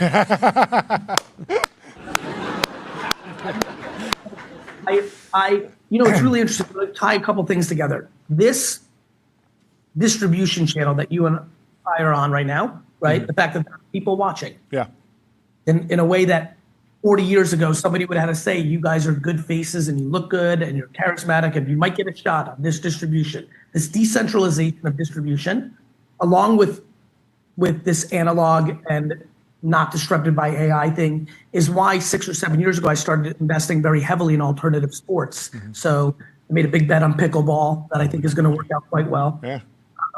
Unrivaled, the 3-on-3 basketball league. AJ and I, my brother, cool. Early investors in that. Yeah. The wiffle ball league, the sailing league, slam ball. Yeah. So I've been very aggressive on alternative sport investing, padel. Yeah. So I'm very bullish on it. I think Josh obviously plays at a very heavy economic level with his funds and that nature. And everyone like him and others, especially him, I have so much pride in his building because he's done such a great job. And New York City based when we were always like envious of SF. So it's been great to see him thrive, shine. I think anyone who does not realize how substantial the analog opportunities are is really missing the plot of what's happening. And so it gets exciting. It's exciting to think that you can invest in both something that could get as big as, Anthropic in an extreme digital world, but also forget about the obvious ones like the Giants or the Sphere. I'm talking about people rolling up 900 local restaurants and building up a huge, it compounds 2x what anyone in PE would have thought, because people want to go physically out and eat instead of just do seamless. Somebody buying up shopping malls, not to make them data centers, but because they think they can make a half experiential, half old mall shopping environment that people are going to be yearning for. Here's a left field one, like the drive-in movie theater, right? The stuff that dominated the 50s and 60s. When I say that out loud of like, do you think a modern drive-in movie theater, which has done really well and executed super well, do you think that a lot of people would be about that life? I think we can all agree that yes. 100%.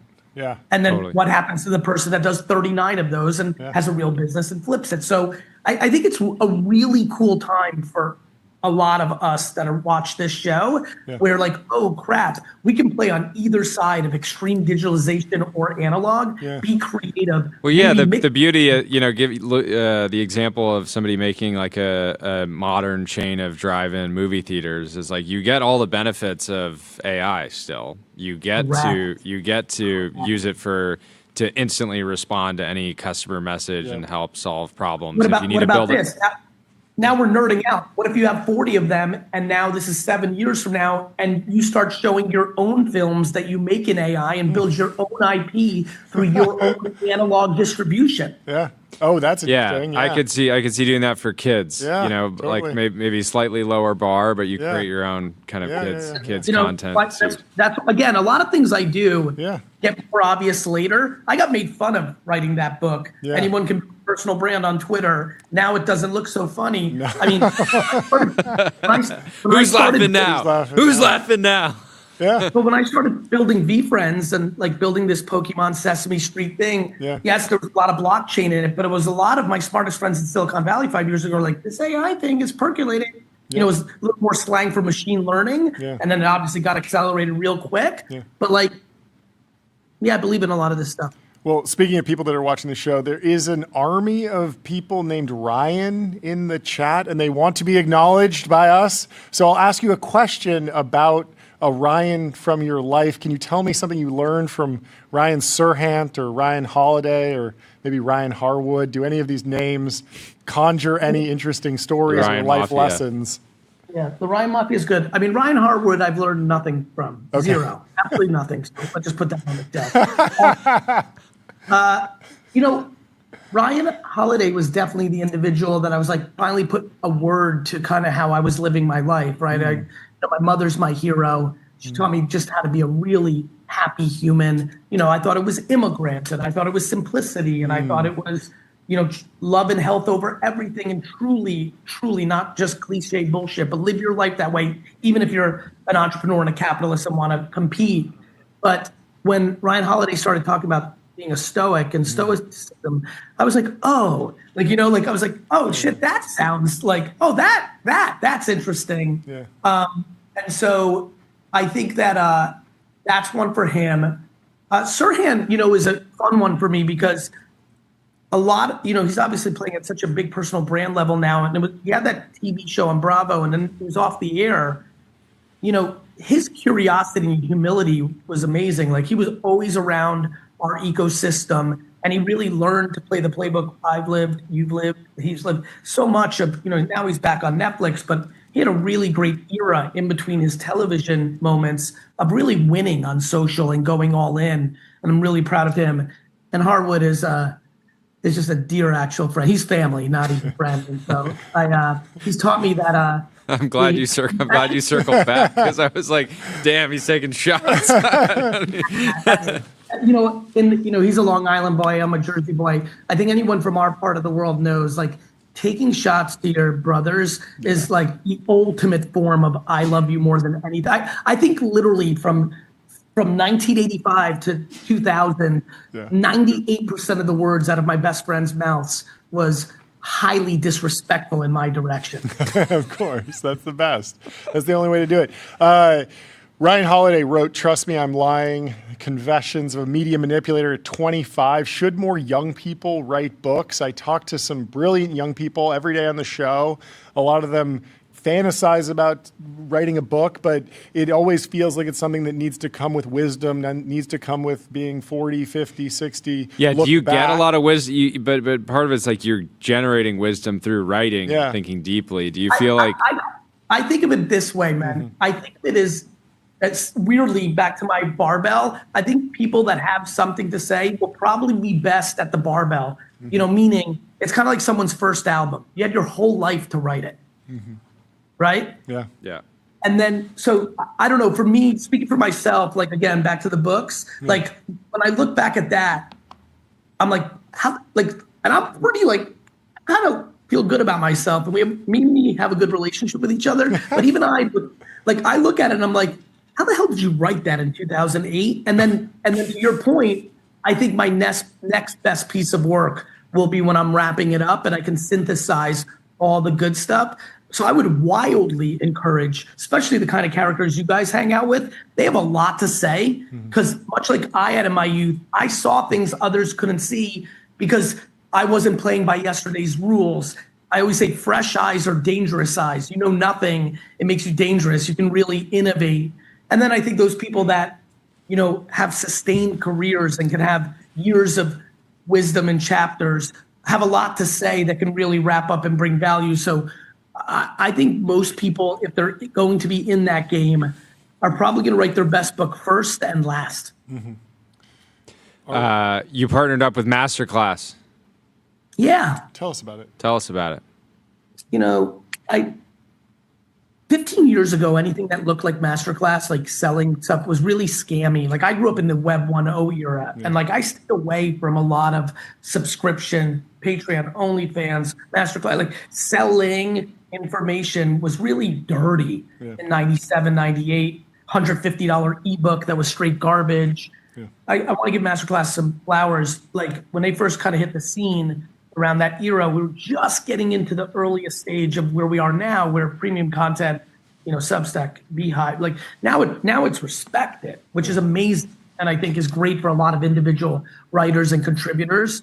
It was really good company. Like I like who they had for this class. It's addressing something I believe is real, which is like getting an MBA in real life and AI at pennies versus taking on extreme debt and getting an MBA from a high class university that you think that logo is going to get you financial opportunity in a way that I believe has passed us by. Just feels like I want to be part of things that are historically correct or, are just a little more practical and common sense. And so, they've come to me a whole bunch of times. This was the first time I was like, you know what? I can join this crew. I have something to say about AI marketing and production and the strategies of that. And I hope that, me or Cuban or any of the other people they threw at it might get someone to stop and not take on $300,000 in debt that's not going to be ROI positive. Mm-hmm. Yeah.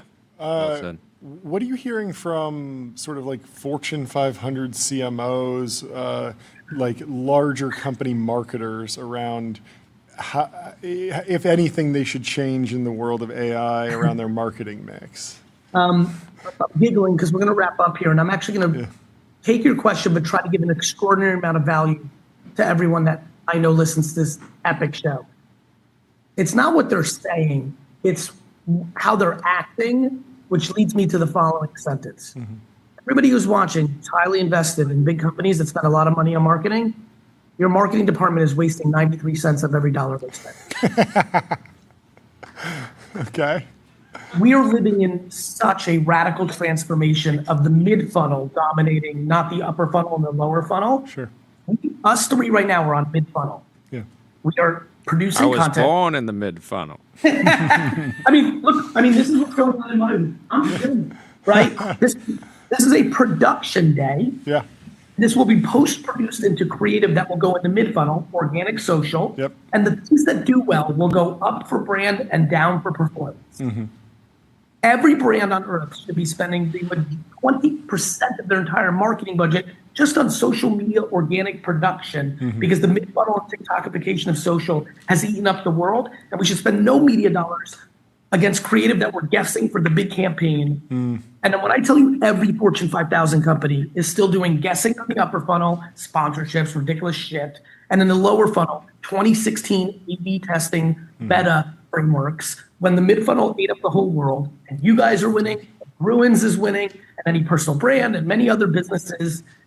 And so that doesn't even get into the AI of it all. That to me is tooling and infrastructure to be great at what I just said. Yeah. But Jesus, there's a lot of money being wasted by the companies representing the eyeballs that are watching this show right now, and that makes me sad. Yeah. Makes a lot of sense. I can't stand wasted marketing spend. Yeah, makes my blood boil. Well, thank you so much for taking the time to come chat with us. Congrats. We barely got to talk about live commerce. Yeah, there's a lot more. We'll get the update next time. Yeah, you need everybody here. Anybody selling to the consumer needs to understand that China's going to do $1 trillion in GMV, $1 trillion in GMV this year in stuff sold, and TikTok Shop and whatnot are doing real numbers in the US, and Meta's clearly going to be popping off any second with what they're going to do, which will lead YouTube to do what they're going to do. Sorry, I know you got to leave, but give me your 30-second outlook on TikTok post kind of acquisition, change in ownership. How's the platform changing, and what's your outlook?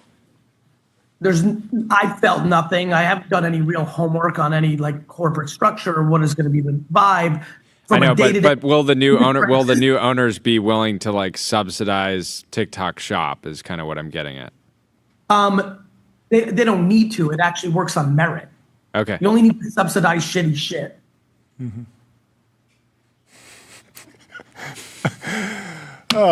Always a good time. Thank you so much for coming on the show. Great to see you. We'll talk to you soon, Gary. Goodbye. Later in the show, we'll be telling you about a local man who grew a 900-pound pumpkin in his backyard, and we'll tell you what it means for AI scaling laws. But up next, we have Humble Robotics. The founder and CEO is in the waiting room. Let's bring in Eyal Cohen to the TBPN Ultradome. How are you doing? What's going on?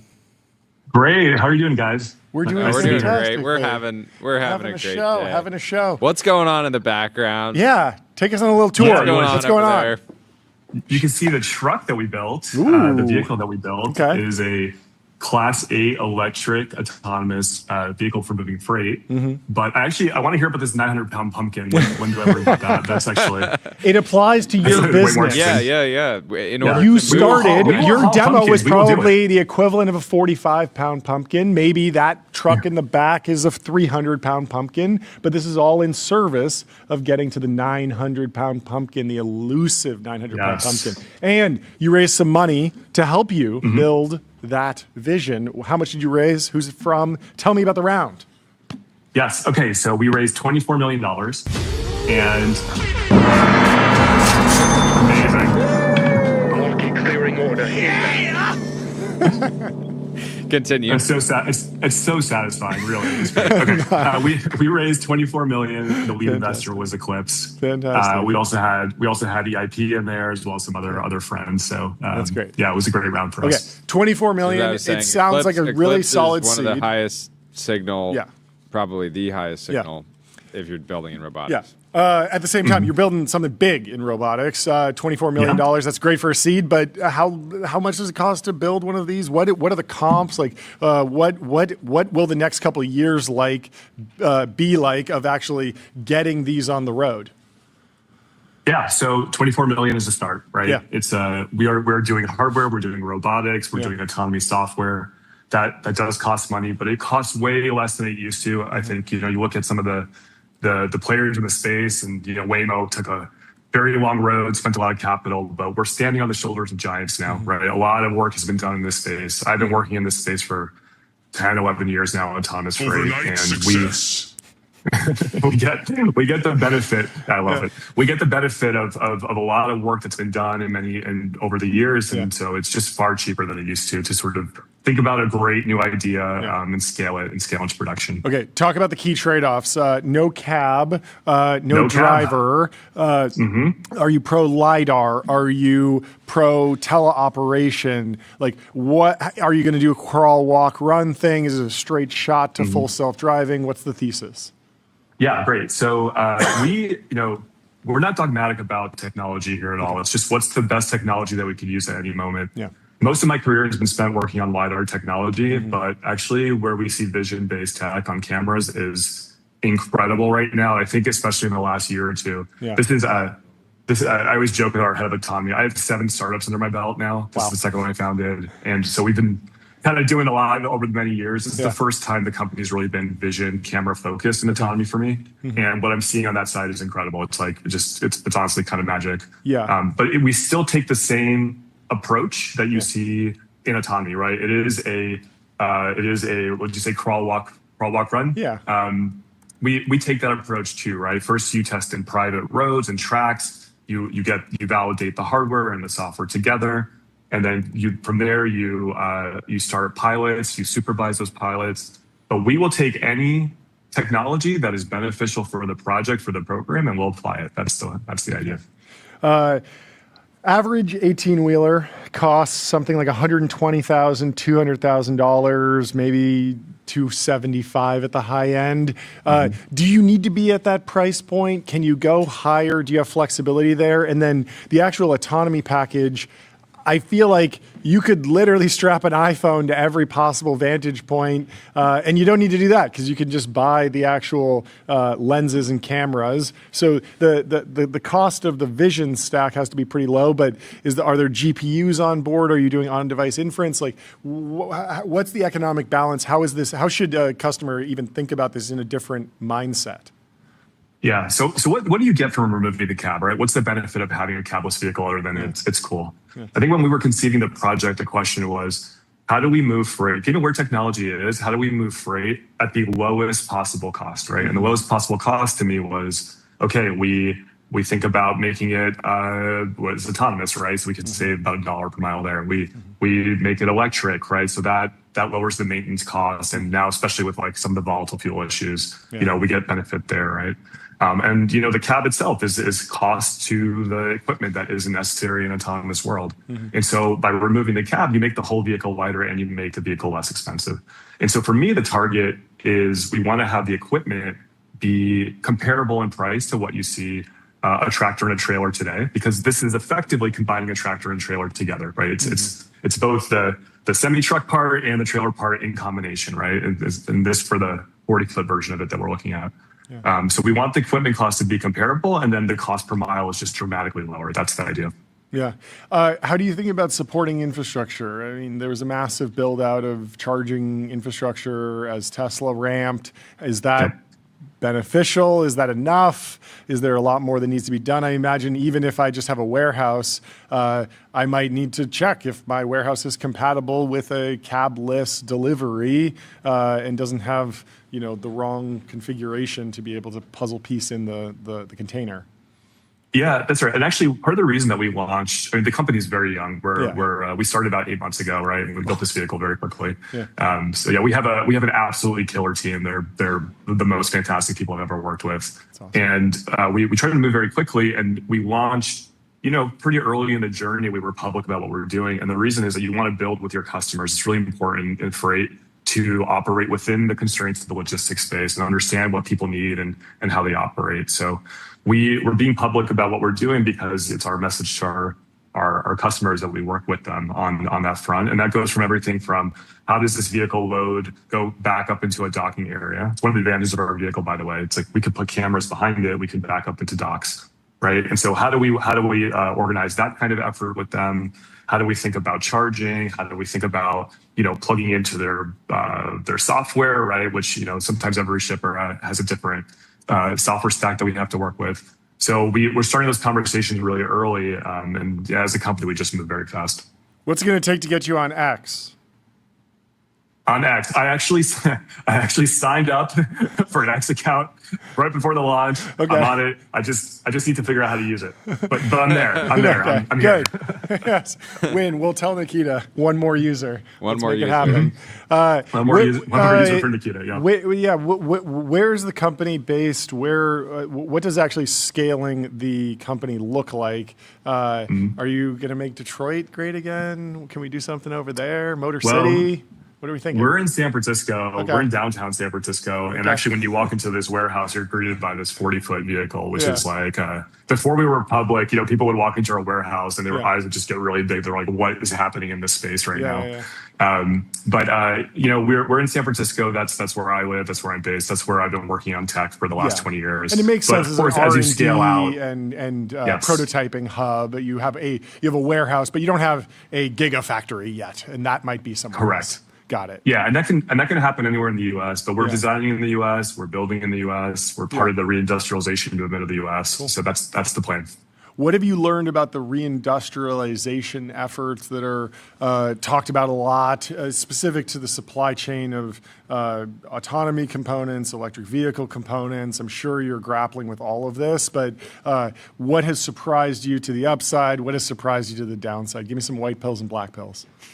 So I started my career working in electrification, electric vehicles, and actually a lot of the technology was here in the Bay. A lot of it, developing battery packs, motors, and we watched over the last 20 years as that shifted out of not only just the Bay, but out of the U.S. entirely, right? Yeah. And I now you see the sort of the rush to get it back, and I think it takes time, but there are a lot of smart people that have been working in this space for a long time, and there's a lot of excitement and capital pouring into this. Our backers at Eclipse are just the most phenomenal people you could be working with, and they get this and they understand it. And you'll just see a lot more investments in this space in general as we grow. And I think the supply chain's coming back here. It takes time, like everything. It's just going to come back in automated factories this time around. Yeah.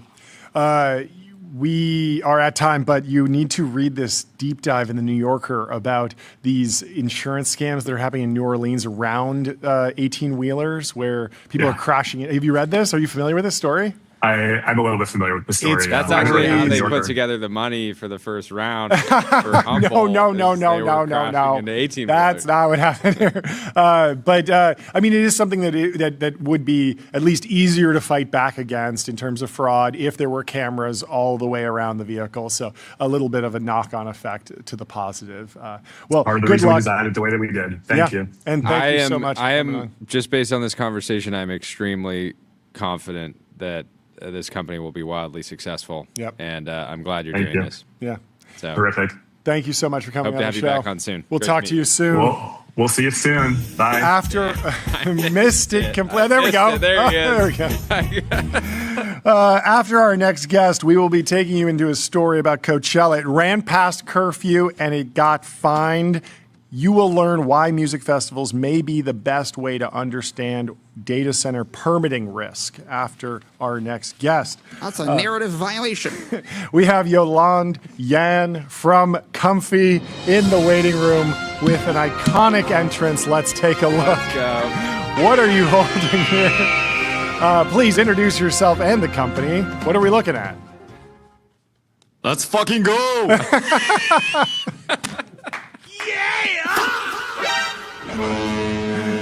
Please, welcome to the show. I'm surprised no one's ever pulled off an entrance like this. No, this is exquisite. Please introduce yourself. Tell us a little bit about what's going on. My name's Yolan. I'm the co-founder and CEO of Comfy UI. I apologize. I've been instructed that I can be anything but boring for this show. So here I am. That's true. You studied. You studied. Yeah. I did. What tell us your entire life story from inception. No, since I it think is there your are too first, many points for you to start over here. Let me remove the distraction for you for now. What is the distraction? Give us the backstory, like why that particular creature. The distraction is a character created by my co-founder. It's actually the origin of this tool. If it weren't for this character, we wouldn't be raising and becoming a $500 million company today. So just shout out to the Fennec character. Yeah.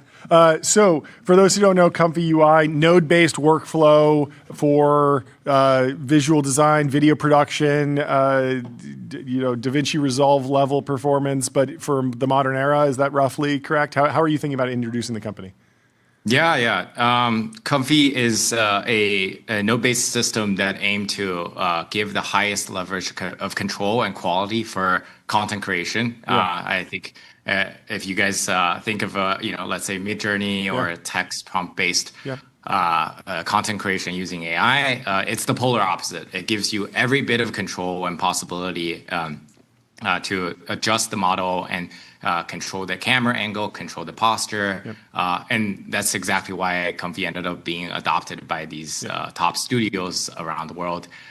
The recent Coca-Cola ad or Super Bowl ads were all made using Comfy. Yeah, and then also inject a level of deterministic and programmatic variation into the generative AI workflows so that if you want to create multiple assets and you want to swap out a bear for a cat, for a dog, you can do that in a way that doesn't just require you sitting there prompting, waiting 5 minutes, prompt again, 5 minutes. Actually parallelize the output. Yes, that makes sense. So if you're working with big companies, like, are they just forking the repo, downloading the open source project? Are they actually calling you? Are you doing implementation? And how are you making money from all of this so far? Yeah, great question. It started first as a open source project. Actually, it's a personal project to begin with. And then originally, a lot of the companies actually just ended up using it, running on their own hardware, most of the time locally. We introduced Comfy Cloud as a product about 5 months ago. Cool. And the main differentiation in that world is that you can actually tap into a large cluster of compute that we provide in the back end. It's incredibly difficult to stitch everything together to provide this infrastructure level of support. Especially for professional creative companies or studios. So that's kind of like how we monetize off of it. How big of a deal is Dance 2.0? The videos that I saw were incredible. It felt a little bit inaccessible. Is it diffusing rapidly? Yeah. The entire visual AI ecosystem is evolving very rapidly. These foundation models are making amazing progress, and you can access all of these models on our platform as well. We are generally agnostic in terms of whether it's open or closed source model. But just to comment on the progress over here, we're super excited to see where the trend goes towards when these CDance model gets launched onto Comfy platform. You see people kind of building on top of creating even better workflow using these models. And I can't wait for, one day we'll just have avatar being created in someone's, bedroom and backyard. Okay, when? Over under 2028. Give us your Hollywood predictions. When can I actually watch a 2-hour movie, a 90-minute movie? Because I've seen some incredible short films, some incredible vibe reels, not even 30-second. I've seen, maybe You've 2 seen minutes, some, 3 minutes. Yeah, everybody's now seen There's probably longer stuff out there. I haven't gotten sucked into anything. I did watch all of Harry Potter Balenciaga. That was great. But I'm waiting for something that's Harry Potter Balenciaga level entertainment. Hold my attention to the end, but 10 minutes, then 20 minutes, and then 90 minutes. And when the 90-minute thing happens, I think a lot of people are going to be like, wow. Yeah. This is actually a part of an insight that most people don't really understand right now. It's one on the quality side of the area.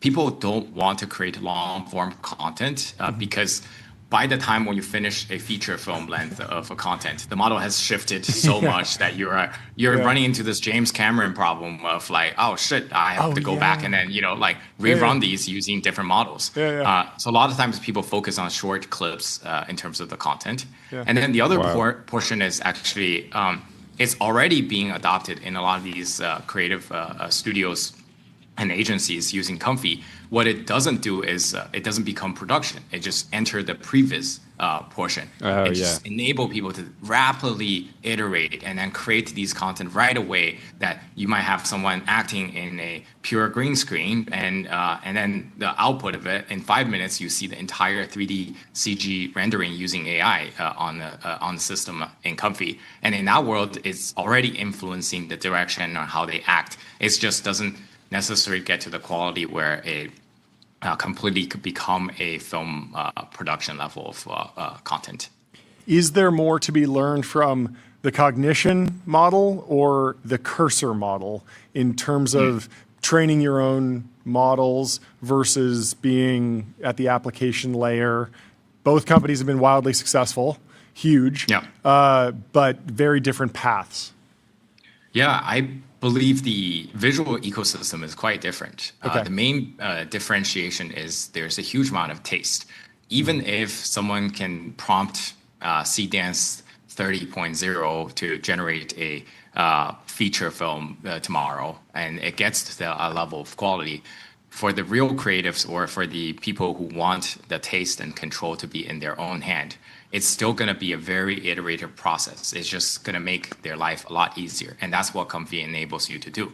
I think those are the kind of differentiation where in the coding world, you might not care in terms of, is this piece of code actually good enough? But in the visual world, you absolutely care the camera angle, the facial feature, the control layer. And that's, in my opinion, what differentiates the AI slops from the Comfy ecosystem of creation. What's the easiest AI feature to pitch to a Hollywood AI skeptic? The easiest way, I would say, from our perspective, might not be for everyone, is the fact that we have this creative in the loop, human in the loop centric belief and mechanism. And it's actually true. In a lot of these case scenarios, when people are using Comfy as a tool, it's actually empowering the creatives to do their work, to skip all of these boring stuff of colorization, of kind of upscaling, downscaling manually in the traditional process. It enables you. So those are the world where we're not actually taking jobs, we're creating jobs. If anything, you go search on any job site, today, there's actually a huge amount of people hiring for Comfy UI artists and specialists. Yeah, I think like the Mount Everest is like, oh, well, one shot the movie, replace the actors. The easier stuff is, what if your green screen was a little bit cleaner? What if your color grade was on your dailies as well? There's a whole bunch of interesting places where you can plug in. Yeah, and I've said AI this tooling. before, and at least some people were calling me an idiot online, but I've had this idea that I think AI could actually help Hollywood. We're in Hollywood. There's a bunch of empty studios around. There's a bunch of people here that have been working in entertainment that haven't had great job prospects over the last few years, especially if they weren't willing to travel overseas.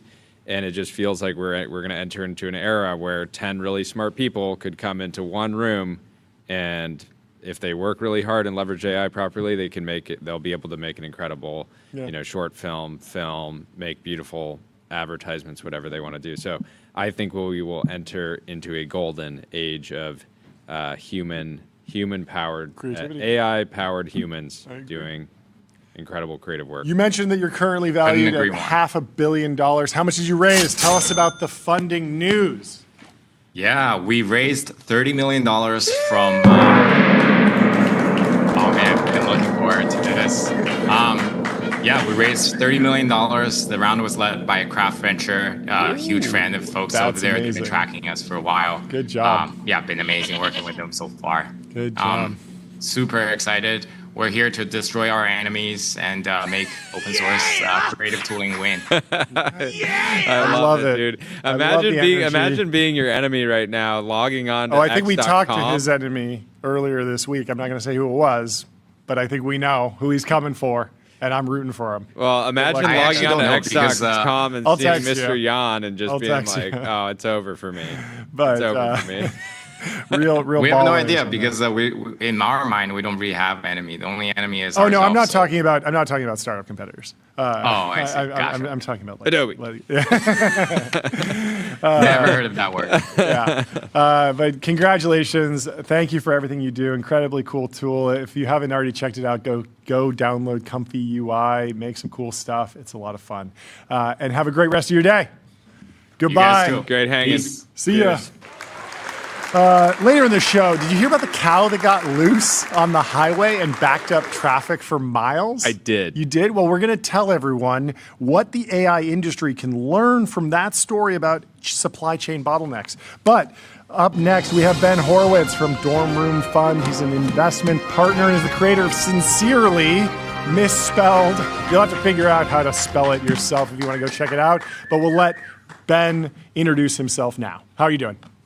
Hey guys, thanks for having me on. Love the show. Thanks for having us. Also an MBA at HBS. So. Oh yes, people were taking a victory lap on that. Dude, soon to be master of business. They thought it was impossible for an HBS grad to start a business, but you're proving everybody wrong. Thank you. Yeah, Twitter flamed me a little bit for it, but I'm still happy I'm here. Wait. So why were people upset? I don't it's like a non-technical thing, probably, right? Yeah, I think Gary talked about it too a little bit. Yeah. Yeah, just the idea that HBS grads have started so many amazing companies, but it's. I thought you were talking about the product. But the HBS thing is typically not go and build a software product in a weekend or in a week, very quickly. Sure. That's been more you're a CS grad and you're a dropout and then you go do YC. That's been the more established path. But you're bucking the trend. Tell us what you built. Yeah, so I built Sincerely. It's spelled with 2 E's, so Sinceerly. Yes. And it's really like the anti-Grammarly. So I am naturally a terrible typist. Yeah. I don't know if I can cuss, but I mess up my emails all the time. And I found that people really reply to them. I don't think it's just because of the typos, but it's definitely a factor. Yeah. And I was so sick of AI slop in my own inbox. Oh, yeah. People would email me. It all looks the exact same. And that coupled with the news about how other people have been emailing across social strata inspired me to basically create the anti-Grammarly, something that really messes up emails. You're talking about CEOs that have terrible grammar because they're just typing quickly and it doesn't really matter. Well, there's the famous story about Ron Conway types in all caps. There's a whole bunch of these examples. Typing in all caps is all caps is elite because it just sounds like someone's yelling at you. It's kind of the anti-Gen Z in a lot of ways, the all caps. Yeah. We don't have a Ron Conway mode yet, though. Yeah, but I had this experience maybe a year ago where someone sent me a very lengthy multi-paragraph deep dive on some topic, and I could tell that it was AI generated, and I said, you should just send me the prompt, because I can also do the instantiation. Like, I can also expand bullet points into paragraphs in my head. And so just send me the bullet points. And there was that meme of like, turn these bullet points into paragraphs, and then the other person on the other end saying, turn the paragraphs into bullet points. Are people using this specifically to write emails, or is there an email summarization feature coming? Where do you see this going, I guess? I think what's kind of crazy is people are copy pasting. First, they're prompting. Then they're copy pasting their prompt into email. Yep. And then they're using Sincerely to make their email not sound like AI. And that's a crazy loop, right? That's like it's humans using AI to make AI more human. And that's why Intel is up 20% for this specific use case. No, there are more important use cases. But we were talking about this yesterday. Was this a fun stunt, or somebody called it a drop, and I think it's a business. What do you think? I think it started as social commentary. This is like it's satire and playful, and I didn't want to pay for everyone's token, but like I love making products that make people think twice about technology. Sure. And in this case, it's also a little bit like the pushback on how we're using technology today. There's a $4.99 a month model that if you want to not bring your own key, you can pay me. Okay. I think it's probably double-digit people who are paying and not using their own key, but it could be a business for sure. We were talking to George from CrowdStrike earlier. Are you ramping up security? What are you doing to make sure this is enterprise grade ASAP? Because when I download a vibe-coded viral stunt, I want it rock solid. I learned a lot in this process, as you might have imagined. I'm a huge fan of CrowdStrike too. Yes. We have pushed a few security fixes and just made sure that people know what they're getting themselves into when they download this. Yeah. But ultimately, like, this is it's satire meets something real. So I hope that people get it. That's the nature of like doing fun things on the bleeding edge of the internet. We all went through this with OpenClaw and understanding, okay, there's some real trade-offs here. You probably got to be at least a prosumer if you're going to dive in, but it sounds like you're handling it well. What is sentiment like in the current in your current HBS class? Oh yeah. How are people thinking? Are like with the acceleration in AI, are there people thinking about dropping out? Or are they like, I'm actually glad I'm in school right now because it seems kind of gnarly out there? Okay. Yes. I have friends who have dropped out for YC and friends who have stayed for the exact same reason. Yeah. It's kind of, swim or sink. I think that people are they're not building funny things, I would say. They're really trying to build things in the HBS sort of business first way. And my girlfriend's at GSB, so maybe there's a little bit of a different comparison that you could ask her Uniting about. the great houses. Do you think there will be a sway? I mean, you go back to HBS in like the 80s and you imagine that it was churning out like oil and gas executives probably. And I'm wondering if you think there'll be a swing back. Like we saw Josh Kushner announce Thrive Eternal. He's taking a stake in the Giants. And there's a whole different world where you take the HBS learnings and playbooks and you go apply them to things that are extremely AI resistant, but maybe like they haven't been trendy over the past decade, but maybe they're going to come back in style in a big way. If you're, I went to HBS and now I'm like, VP at GE Vernova. That's probably a pretty good gig. Yeah. I mean, the friends who I'm thinking about who actually dropped out to go do YC, you're going to laugh, are focused on HVACs. Oh, and putting AI in the back of HVAC. So it's at least it's not a roll-up. It's not a roll-up. The true HBS means. Why has no one identified the opportunity in HVAC? HVAC is important. Have you ever not had air conditioning?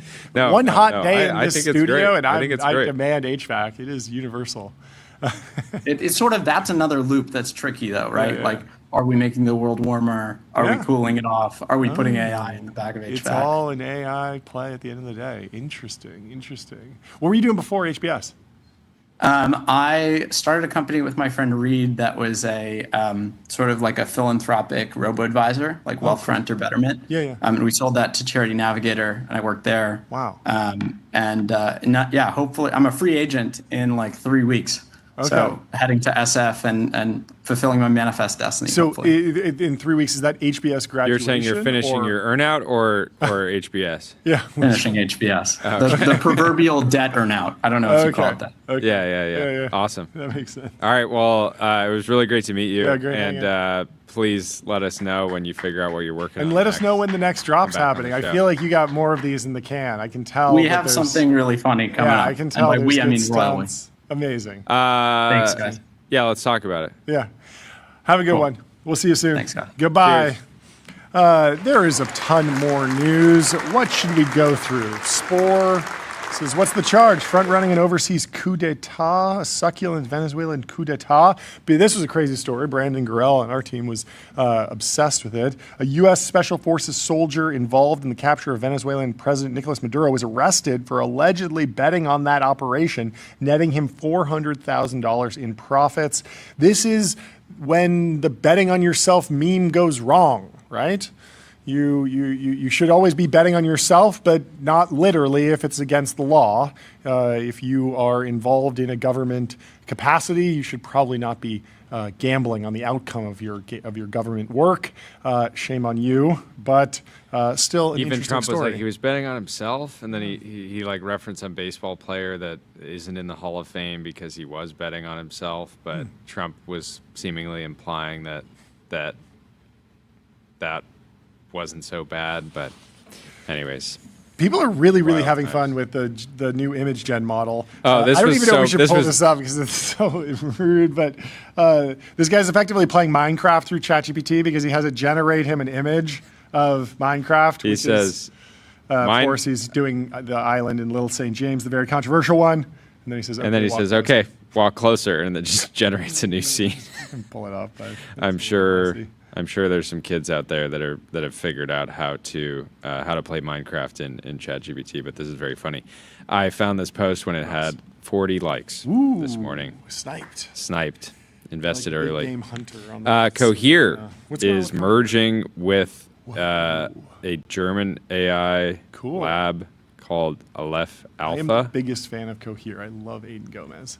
Transformer Paper alum, Death Grips enjoyer. What's not to like about the legend Aiden Gomez? We got to get him on the show. But this is a congratulations moment for Cohere and Aleph Alpha. I think I'm saying that correctly. GPT 5.5. Yes. Kits is saying it might be AGI because if you ask it, bro, the car wash is 5 minutes away. Should I walk to it or go by car? And it says, car, bro, it's a car wash. Let the plot make sense. Wait, what? Oh, that's like good. it just immediately clocks it. Oh, I like that it's. I've seen this exact test done in normal language, like with a proper prompt, not the casual bro slang. And it actually is more. It feels more like AGI if it is able to pick up on the lingo and mirror that back. Car, bro, it's a car wash. That's very funny. That feels very remarkable. It also got the R's and strawberry correct, right? And how many strawberries are in the letter R? 0. The letter R is not known for its berry storage. These are good answers. The being a helpful assistant but simultaneously rejecting nonsense has particularly been difficult for LLMs. So good progress here. We'll figure out more about what went into this and what the next generation of AI impacts are from this. Tyler. Yeah. Hodge says is found a post from 5.5 years ago. Elon says the rate of improvement from the original GPT to GPT-3 is impressive. If this rate of improvement continues, GPT-5 or 6 could be indistinguishable from the smartest humans. Just my opinion, not an endorsement. I left OpenAI 2 to 3 years ago. I am a neutral outsider at this point. Greg says, thank you. A lot has changed, but he was accurate in his prediction. Funniest outcome is the most likely. And then the last thing I wanted, best bros and do a buddy cop film together. The last thing, there is a new app from X. It's called XChat. XChat. And I'm excited to try this out because the DMs on X have been pretty brutal. Yeah. Right? I haven't had that much of a problem. I do have this weird bug where when I click the chat button on desktop, it sort of loads and then it resorts after it loads. And sometimes if I haven't been in it in a long time, it needs to reshuffle several times. And so that can be a little jarring. But overall, it seems like they made the migration to encryption. I don't know. I seem to get messages. It seems to work fine. It's cool that there's a new app. I probably need to be better about answering DMs. I have a lot of them that are unread. So having a dedicated app for that sounds cool. People were taking shots because the Everything app's supposed to be everything in one place instead of 3 apps to get everything in the Everything app. It's sort of silly. Who cares? More apps, the better. I like apps. So go download it, go check it out, and go like Nikita's post because he's been on a generational run. Also, GPT 5.5 is available in the API now. That's breaking news, I guess, from Craig. So anyway, we will see you on Monday. Have a great weekend. Enjoy the weekend. Leave us 5 stars on Apple Podcasts and Spotify. Sign up for our newsletter at tbpn.com. And we'll see you tomorrow. Flashbang. Have an incredible weekend.